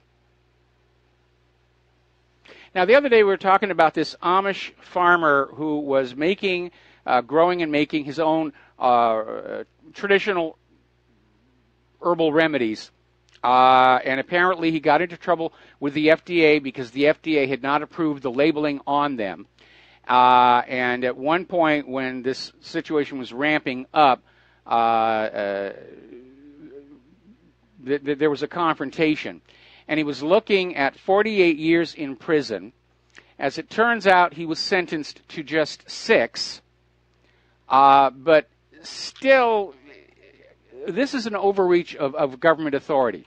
Now, of course, his problem was that he was actually selling these products. And his label was not in compliance with the FDA. I've had a lot of people write on in when I was describing how to make your own nano silver, and we have our little machine that does it. And I had a lot of people who'd write on in and say, I'd like to buy a bottle. And I said, no, I'll give it to you. I won't sell it to you because then I have to go through that whole FDA nonsense, and it's not a business I really want to get into anyway. But it's a little excessive. 6 years for not having a correct label on something. And mind you, this is the same FDA that is now saying that TV commercials for prescription medications will no longer need to have those warnings on them about the adverse consequences of the medications. I sense a bias in the FDA's handling of these two different cases. Okay, apparently they have found the fossil remains of what could be a new unknown species of early human being over in Xinjiang, central China. They're doing all kinds of interesting things there. All right, we're coming up here on the top of the hour, and the lovely Lady Claire, and I'm being sent all these links to all these videos about life in North Korea, and I've posted them all to the front page of whatreallyhappened.com, and it just underscores, yes, everything we've been told about North Korea by the corporate media is, ta-da, drum roll please, a lie. Imagine my shock and horror. We've been lied to again. All right, real quickly, Francis in North Carolina, we only have a minute. What's on your mind? Whoa. Michael? Yes. Hello. You just made a commentary about the military and people and so forth taking what shower in what room or whatever have you. All right, I'm gonna have to hold you over the station break. Okay, don't hang up. We'll be right back. And aloha, America. Welcome back to our show here for hour number 3. And, of course, for those of you watching on BAM User TV, this gorgeous creature sitting beside me is the lovely Lady Claire. And before we get into her talking points, though, we have 2 phone calls to take, and then we're probably going to close the lines for a while here. Francis in North Carolina, you had a question for me. Yes, I do. Hello, aloha to you both. When the commentary about the military about one gender being able to use the shower of another gender and vice versa, whatever. My question is, it sounds like there's a big uproar about men thinking that they're women going into the ladies' room and the women should put up with and so forth. My question is, what about women who think they're men and going into the men's shower and that the men should put up with that? Well, the article didn't say a thing about that at all, and I can imagine because of our socialization, probably the men are a lot less comfortable having women come in and shower with them than the women are going to be having men come in and shower with them. Well, then you might as well have a shower that both sexes can go into. That way they don't have an issue about this transsexualism and so forth, which is a lot more, I guess, a proper term than transgenderism, which is politically correct. Well, if you're going to go that way, like I said, when I was working in Rome at a production company called SPB, they actually had a single genderless restroom area where everybody had an individual stall, but the area where you wash your hands and everything was, men and women together, and actually it worked out very, very well. I think Americans are too uptight about showers and privacy in that regard anyway, certainly compared to the Europeans. Anyway, Francis, we're going to let you go. We're going to take one more phone call from Peter in Los Angeles. Peter, aloha, welcome to the show. What's on your mind? Hey, Mike, I'd like to chime in on that same topic and make the point that the sociology of a small unit like a rifle squad or a platoon or whatever, it's very fragile, and sometimes you can look back in our history where very small groups of guys have made all that, like the 20th Maine, I'm sure you know, Joshua Lawrence Chamberlain. Really only 200 guys may have decided what happened in the Civil War, and when you have sometimes in the past, honestly, and having been a long-time infantry guy, sometimes, people hang into a position because they're proving their manhood to the people next to them. I know that sounds archaic and old school, but I've seen it, really, I've seen it. And they'll go on because they don't want to be seen as, quote, less than a man than the guy next to them. Yes. There's that. The other part is, let's say, for instance, that you've got this stuff and they're showering together and all that sort of deal, and it's bad enough with the rapes, taking all the rape thing out of here already. But let's take that 21-year-old E6 squad leader who's got 13 guys and he's out in contact with the enemy, and who he puts on a point. And if he's diddling one of his squad mates, or whatever, how is that going to upset? Is he going to put them on point, or how is that going to upset the group dynamics? And just food for thought. I just wanted to hear what you. Well, there have been a lot of had to say experiments, with co-ed military, and they have not worked out very well. The Navy tried it for a while, and they had a lot of unexpected pregnancies with the attendant loss of personnel because these female personnel who'd gone through training and all the money was spent on them, and then they mustered out of the Navy with a brand new baby. It is a problem. Now, I don't have a problem with women serving in the military, but I do think the unit should be segregated for that very reason, to keep their focus on the task at hand and not dealing with these other issues on the ship. And I know I'm going to get a lot of nasty email from the feminists on that one. Anyway, Peter, we're going to let you go, and we're going to close the phone lines. Claire, what is the first thing you want to talk about? Well, something WikiLeaks did today. Apparently, it unveiled CIA implants, or at least that's how they're describing it, that steal SSH credentials from Windows and Linux PCs. And this comes to us from the Hacker News. And today they published the 15th batch of its ongoing Vault 7 leak, which I'm sure most of us are aware of. Secure Shell, or SSH, is a cryptographic network protocol used for remote login to machines and servers securely or unsecured networks. Over an unsecured network. Yes. Dubbed Bothenspy implant for Microsoft Windows Eggshell client and Gyrfalcon targets the Open SSH client on various distributions of Linux OS, including CentOS, Debian, RHEL, Red Hat, OpenSUSE, and Ubuntu. Both implants steal user credentials for all active SSH sessions, then send them to a CIA-controlled server. Michael, this bites. This just absolutely bites. Do we have a shout-out to do? Yeah, we do have a quick little shout-out here to our on-air affiliates, and we are once again being joined by the lovely Lady Claire, and we're talking about the latest revelation of CIA computer skullduggery to break into your machines. Now, there is a way to get around this particular exploit, and that is to configure your server so that it only accepts a secure shell login from a specific IP, meaning your own. And so anybody trying to log in with those credentials from any other IP, they're not going to get very far. Good. That's good for our listeners and our readers to know. Moving over to Europe, Poland wants to become the European hub for U.S. gas, according to its president, Duda. A month after the first U.S. tanker carrying liquefied natural gas arrived in Poland. Go ahead, clear your throat. All right. Polish President Duda has unveiled an ambitious plan to make the country a pan-European energy hub able to distribute gas across Europe. And, of course, what this is going to do is this is going to undercut completely Russian gas going to Europe. I don't think Putin's going to be very happy about this.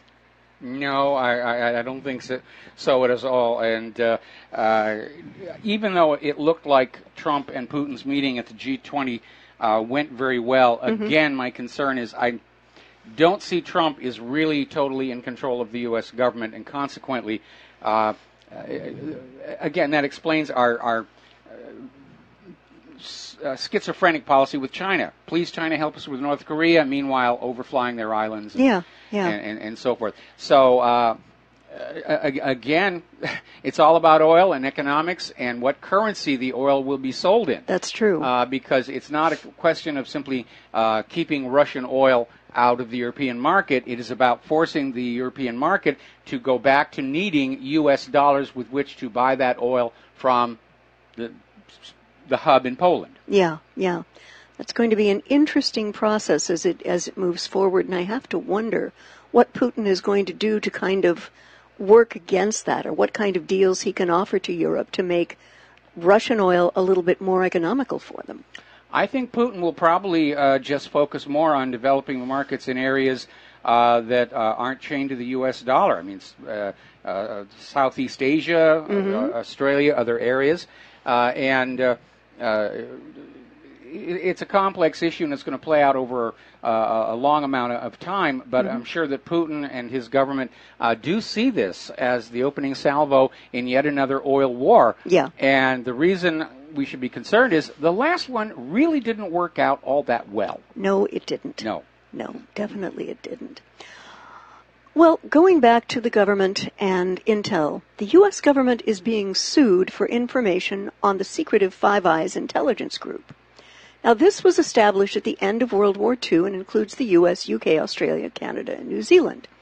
The agreement covers how intelligence is shared, but that's about all we know about it.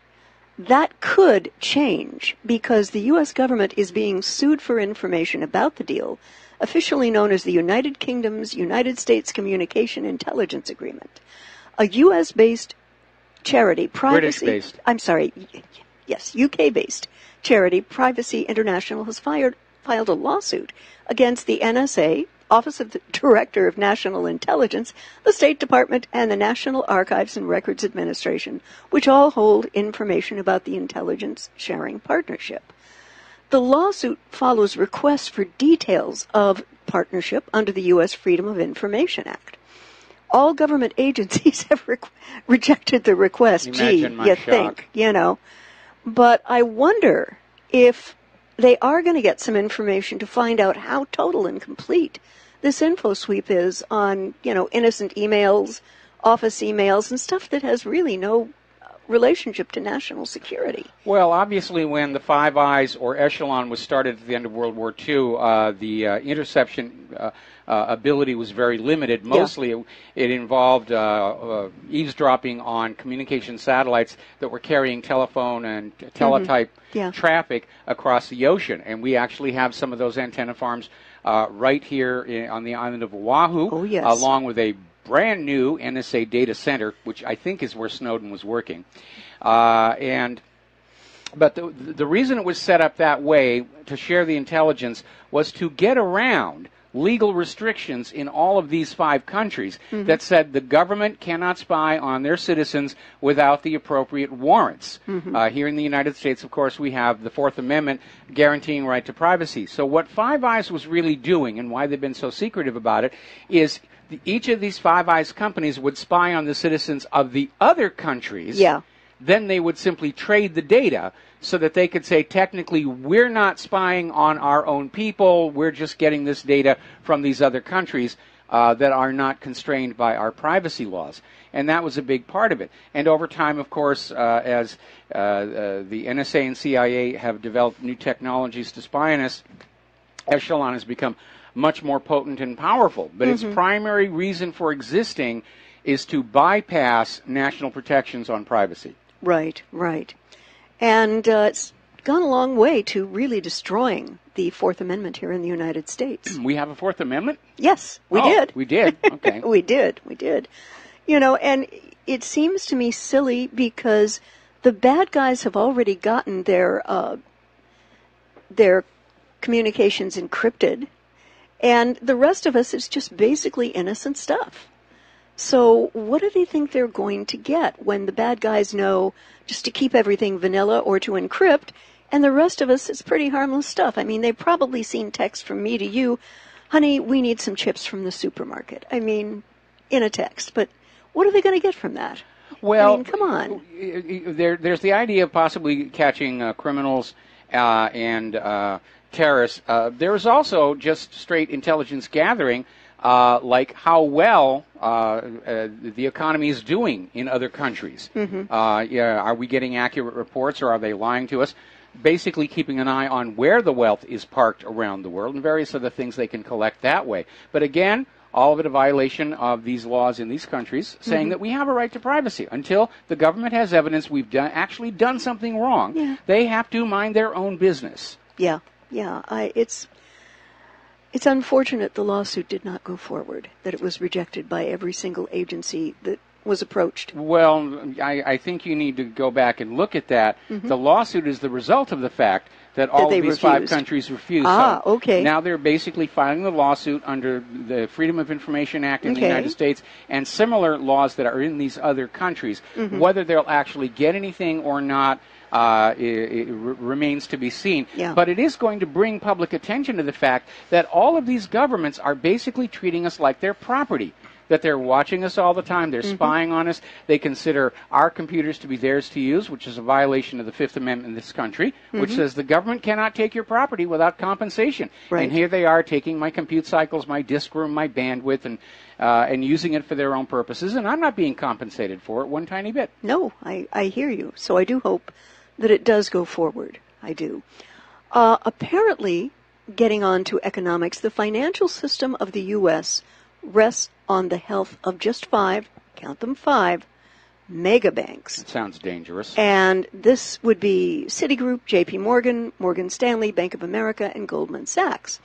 And according to the Office of Financial Research, looking at this, the larger the bank, the greater the potential spillover of it if it defaults.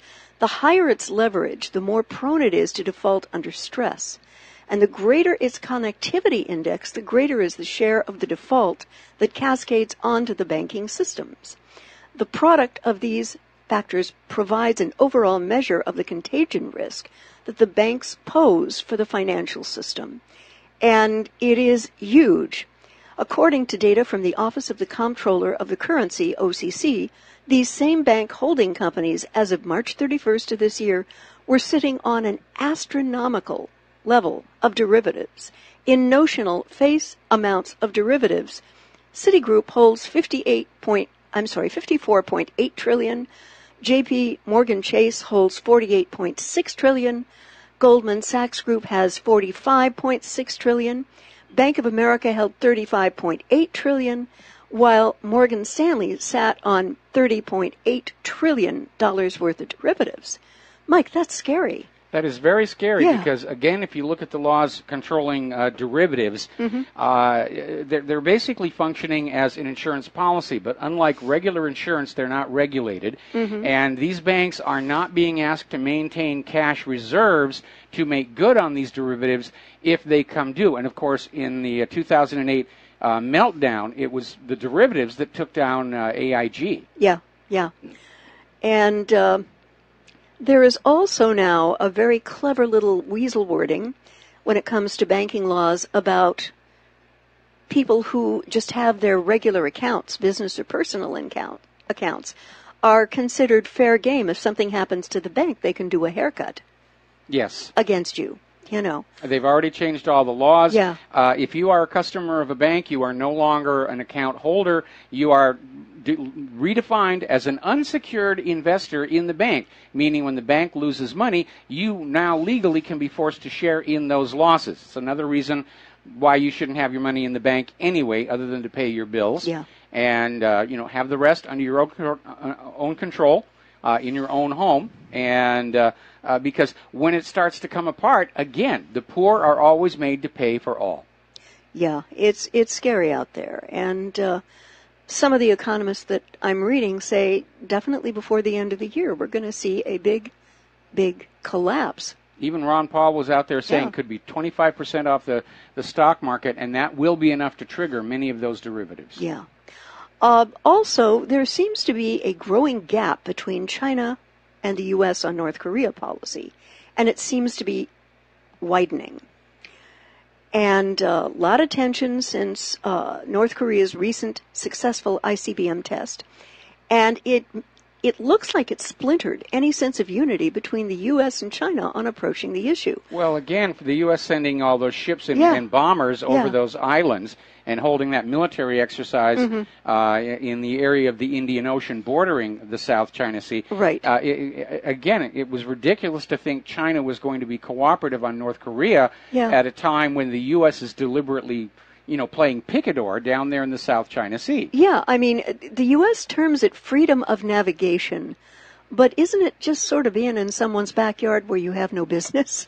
Well, freedom of navigation exercises under international law are supposed to respect the territorial waters of foreign countries, which is generally understood to be 12 nautical miles. The U.S. ship sailed within that border, signaling that the United States does not recognize those islands as Chinese sovereign territory. Ouch. Even though at the end of World War II, the United States did sign the Cairo Convention that did give those islands, which had been captured by Japan in World War II, back to China. Yeah. So, again, It's an attitude of, we don't care what we said a while ago. Today, we want things to be different, and we have the firepower to make it happen. Yeah. And in particular, State Department officials have criticized China for even bringing them a proposal that would see North Korea freeze its nuclear and missile testing in return for the U.S. ending military exercises in South Korea, saying they see no equivalence. Well, if you don't have something to negotiate with, how is the other party supposed to negotiate, Mike? I mean, I can't get my head wrapped around this. Well, unfortunately, the U.S. government has been hanging around with Israel for way too long because this is the way Israel handles the negotiations. Mm-hmm. You do what we want first, Mm-hmm. and then maybe we'll do something nice for you. And that's basically what it is. All right, we got to take a break for commercials. We will be right back. Aloha, America. Welcome back to our show here. And Lady Claire, what is your next story? Well, it's a very interesting story, and one I think that we're going to see a lot more of in times to come. The Mennonite Church in America has voted yesterday to sell its holdings in companies that profit from the Israeli occupation of Palestinian territories, and is the latest American Christian group to do so. It was made at their national convention in Orlando, Florida, and even though the economic impact, Mike, is not going to be big, votes like this are very closely watched as a measure of views on Israel and the Palestinian from within the U.S., the Jewish state's closest and most important ally. As Nikki Haley keeps demonstrating over and over again. Can't we fly her permanently to Tel Aviv, please? I want to build a wood crate. No. Throw her in there with some MREs, drill some air holes. No. Just put her on a plane.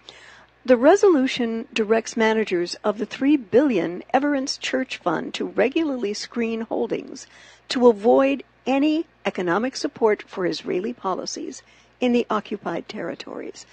They had rejected a divestment proposal at their last national meeting a couple of years ago amid fears that the resolution would be considered anti-Jewish. The statement adopted yesterday condemns anti-Semitism, encourages stronger ties between church members and Jews, and endorses a review of how Mennonites respond to the Holocaust. Now, the membership of the Mennonite Church is only about 75,000. It's not huge. But every time something like this happens, it's saying, we realize what's going on in the occupied Palestinian territories. We're not going to support it anymore. So I would like to hope that some of their sister and brother churches make the same move very soon. And it is very important on all of this thing to emphasize that we're talking about the actions of the government of Israel. Yeah. This is not anti-Jewish. It's not anti-Semitic. Israel tries to say it is, but that's like saying that criticism of the Nazis is only because you hate the German people, which is ridiculous. Yeah. We're talking about the actions of a very few people who are the government of a country. And we know even from our own domestic politics that people who are in charge of countries are not always very nice people. Nope. And we all have a right to stand up and say, you're not being nice people. Yeah, absolutely. And another little article I found about the Israeli military. They're starting to buy copter drones with machine guns. Gee, I wonder against whom those are going to be used. They're buying small multi-rotor drones modified to carry a machine gun, a grenade launcher, and a variety of other weapons to fight tomorrow's urban warfare battles. Their maker, Florida startup Duke Robotics, is pitching the Decad drone to the U.S. military as well. And there was an IDF colonel and a reservist in the Israeli Special Forces who co-founded the company in 2014, along with a paratrooper turned robotic engineer and another IDF buddy. And Mike, this is going to be like shooting fish in a barrel with this kind of equipment. It definitely is. Oh. And I remember when this company first started, they actually landed a contract with a police department in one of our cities, and the outcry was so great the contract was actually canceled. Yeah. You know, this idea of a drone overhead with these kind of weapons, it's going to be indiscriminate fire. Yeah. Innocent people who are not doing anything wrong are going to be caught in this. Yeah. And children, the medically fragile elderly, women who have no connection to any violence. And it's so saddening to me that the Israeli government doesn't realize that the only settlement ultimately is going to be political and not military in nature. Well, unfortunately, the government of Israel's agenda is to get rid of all the Palestinians and grab all the land for themselves. And now they're trying to grab part of Syria, the Golan. They're literally talking about shipping what's left of the Palestinians out to refugee camps in other countries who don't want to take them. Possibly even reposition them onto the Sinai. And Egypt hasn't said they're eager for that either. No. But again, Israel refuses to draw their borders, and they're constantly changing them. Yeah. And okay, we're going to take another break for commercials, and we will be back after these few words. And aloha, America. Welcome back to our show here. And your next story, Claire? A federal judge has denied Hawaii's challenge to Trump travel ban. A federal judge in Hawaii yesterday denied a motion filed by the state of Hawaii that challenged President Trump's travel ban on 6 Muslim-majority countries, asking to expand the exceptions for visas applicants. And the guy who did this was U.S. District Court Judge Derek Watson, and here's the irony, appointed by then-President Barack Obama in 2013, denied the emergency motion filed Wednesday that asked for a clarification of the U.S. Supreme Court's use of the phrase bona fide when describing relationships. Visa applicants from countries affected by the travel ban must now prove a bona fide familial relationship to be accepted. This is normal. Yes. The state argues that the White House interpreted the definition of close family members too narrowly. Hawaii's challenge sought to expand the exemptions to include grandparents, grandchildren, brothers-in-law, sisters-in-law, aunts, uncles, nieces, nephews, and cousins of people currently living in the United States. And according to a report by the Associated Press, Watson said the relationship question should wait and be poised before the Supreme Court, not himself. That's a good call. Judge Watson, that's a good bravo. Call. Bravo, sir. Chalk one up for President Trump. I have a feeling that when this case gets heard in the fall, that they will support the travel ban. Because, as I recall, Mike, there is no mention about religion.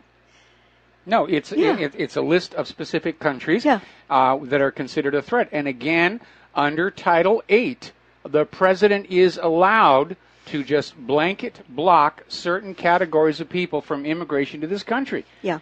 Trump is the law's on Trump's side.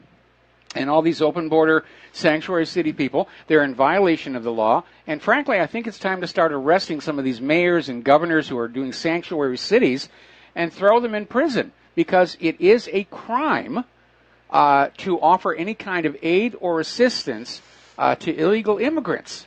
Whether it's shelter, transportation, a job, phony documents, it is a crime.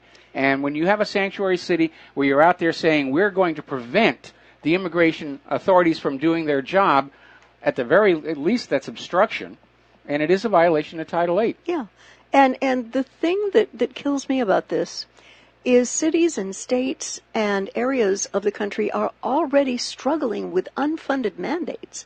They are killing a lot of cities in this country. Yeah, they are. Yeah, I mean, it's reached the point where they're finally acknowledging and recognizing that uncontrolled immigration is threatening to tear Europe apart. The same thing could happen here in the United States. Yeah. We could go back to being 50 separate sovereign states, which maybe not be such a bad thing. Yeah. If you think about it. Yeah.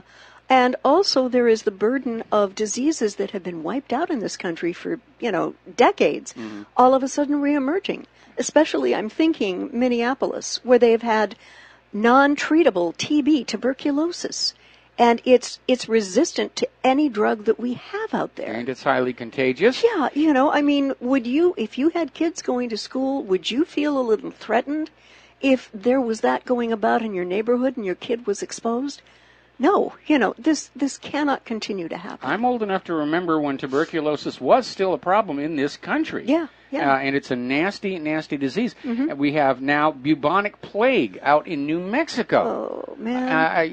And again, we have way too many people in positions of power who have their dreams and their ideology, and they're totally unconcerned with the damage and the harm they are causing. Yeah, because it never affects them in their gated communities. That never happens. True. Yeah. I'd like to go over to something James Mattis said recently about the U.S. military remains ready for conflict with North Korea. Here's your rifle, James. Yeah, Here's your parachute. following the country's latest ballistic missile test, but added that he does not believe Washington is closer to war with Pyongyang after its ICBM test.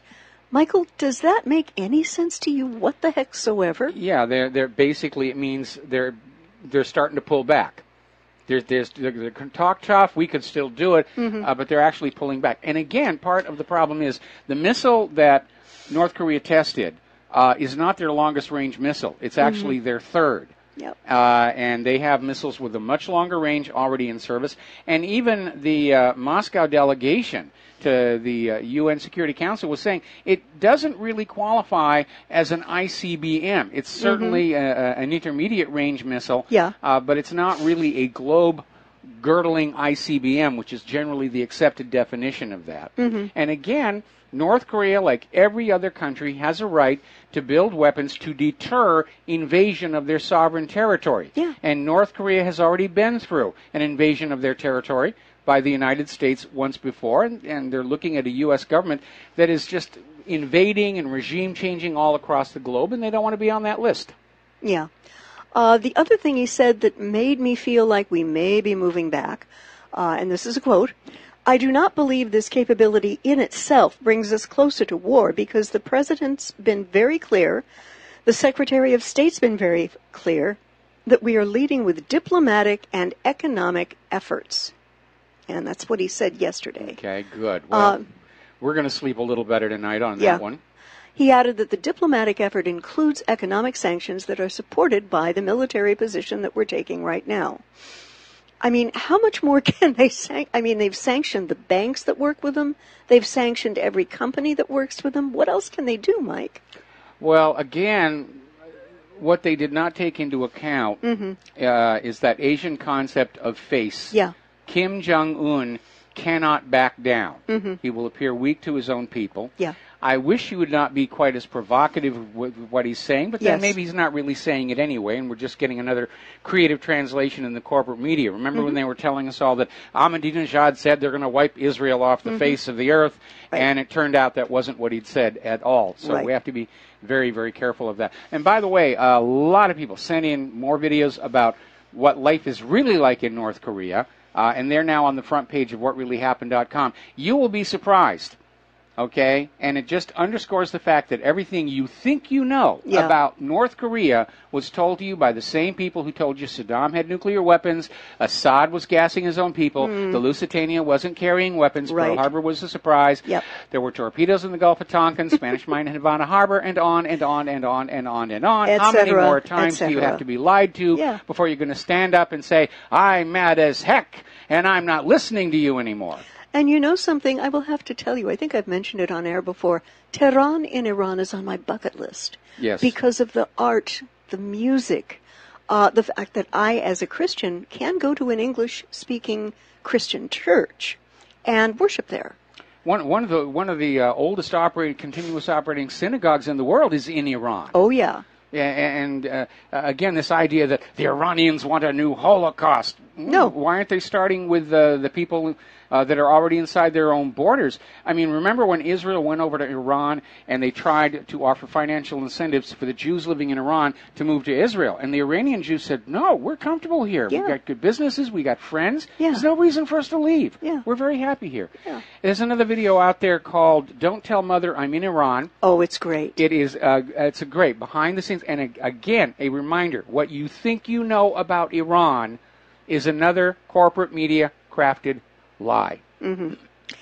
I'd like to swing over to Syria to point to what I think is a very positive sign. Syrians are now beginning to return home. Yes. After 6 years of fighting a brutal and long war against foreign-backed terrorist proxy forces, the Syrian army and its allies have made significant gains in recent months. The Syrian army's recent triumphs include liberating many areas in the Homs province, reaching the Iraqi border in what was described as a strategic turning point in the war.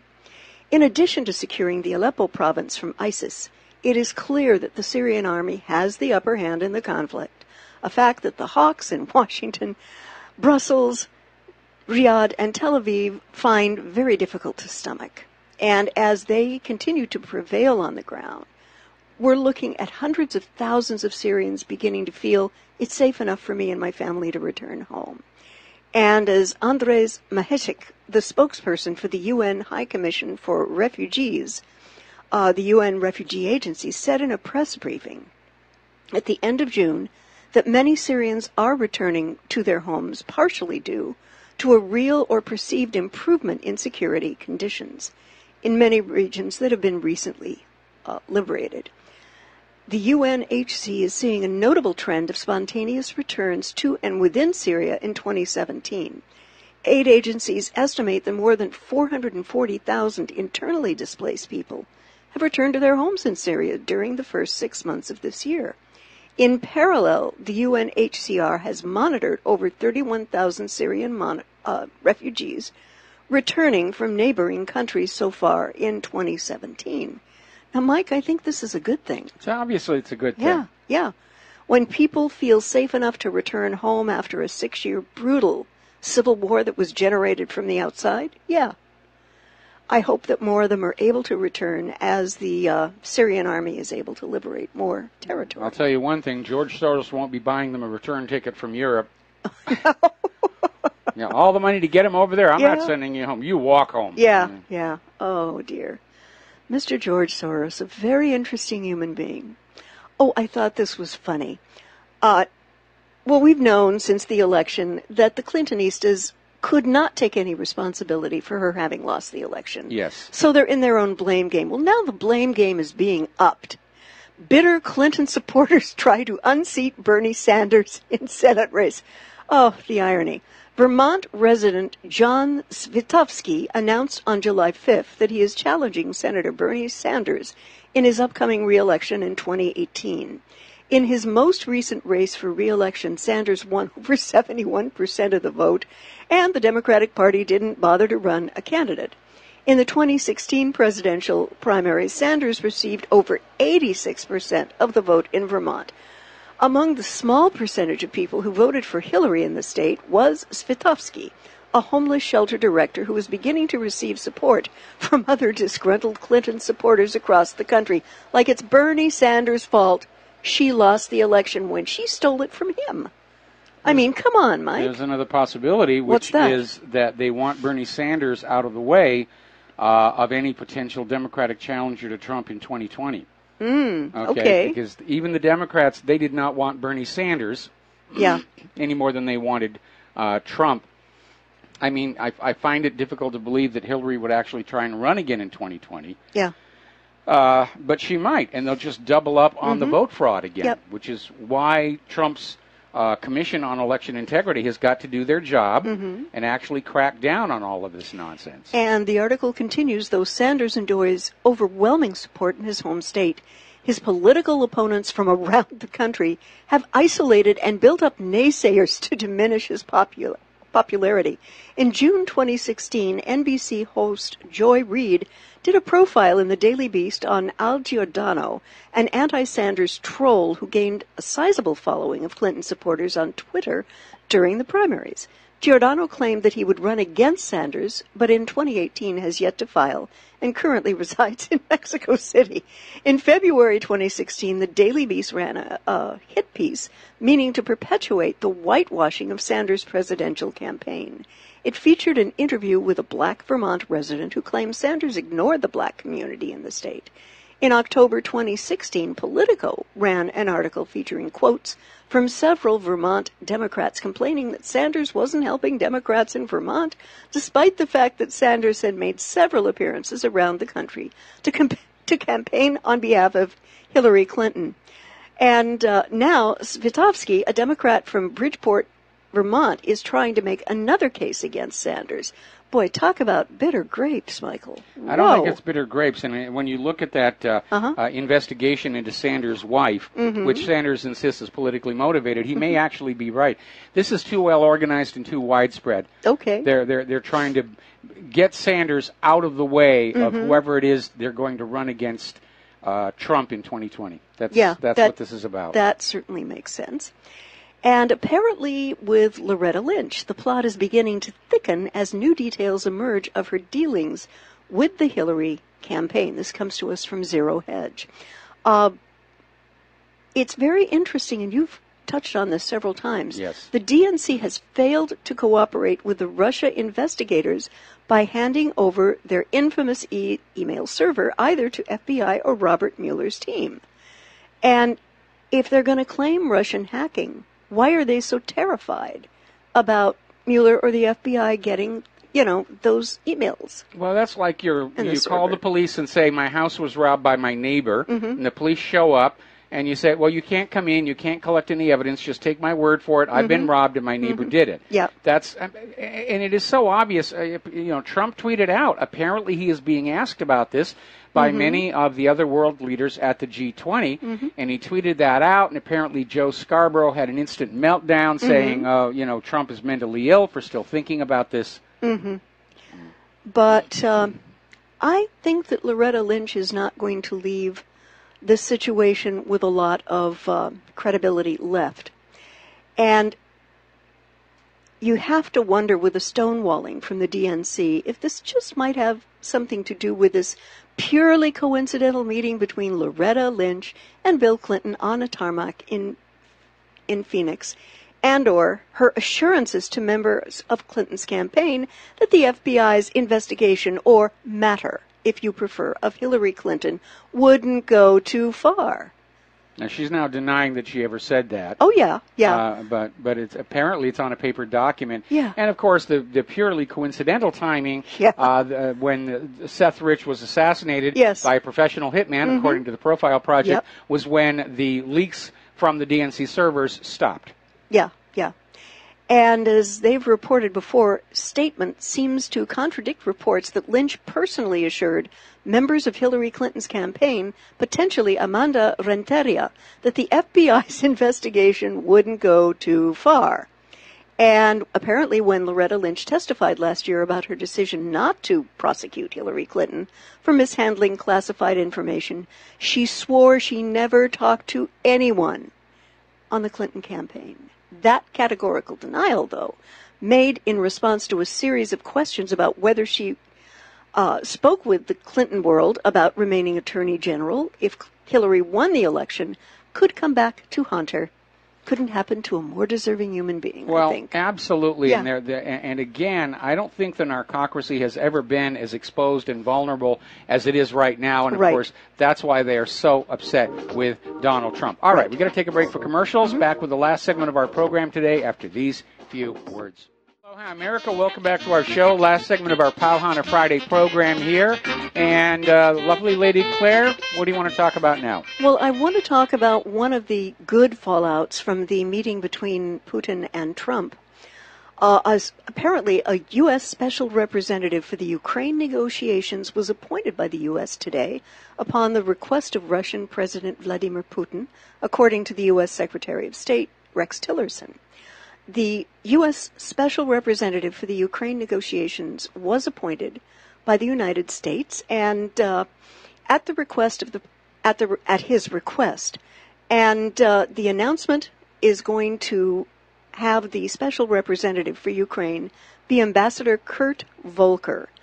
And Ambassador Volker is an old hand in geopolitics, and apparently very experienced, and hopefully he can manage to tamp down what is going on in the eastern Ukraine. Mike, your thoughts? Well, again, the issue is that the U.S. went on in and they mucked up Ukraine with that coup d'etat in Kiev. Right.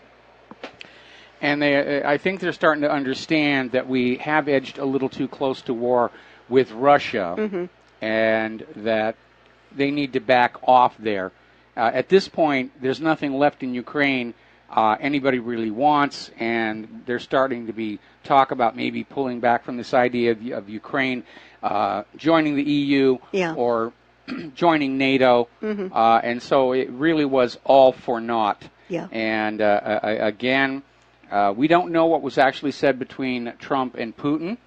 Putin may have gone on in there and simply said, you need to understand, we're going to stay as long as you are in both Syria and Ukraine, and Trump may have understood that what Putin is talking about is a war of attrition, which the United States is ill-equipped to survive right now. That's Yeah. what happened in Vietnam. They just kept up the fighting and wore us down until we had to quit.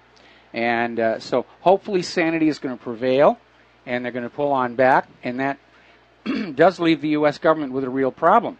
They don't have a major war on which to blame the coming economic crash or distract from it. Yep.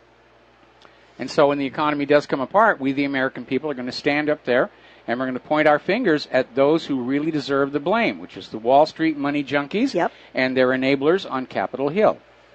And, well, we should. We should as well. Yeah.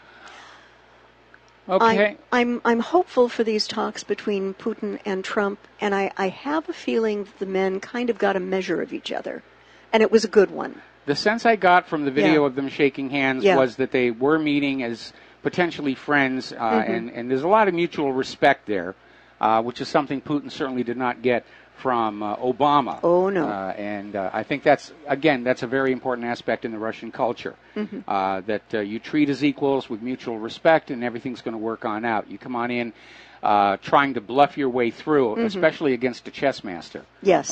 Like Putin, you're going to be in trouble. All right, well, we're coming up here on the end of the program, and we want you to have a really good weekend, very safe weekend, very relaxing weekend. Share what you know from our website with everybody, and do make a point of staying tuned, because John Stedmiller's program is coming on up, and there's going to be a lot more interesting information there as well. Right. So we'll see you all on Monday here on the Republic Broadcasting Network, and Aloha America.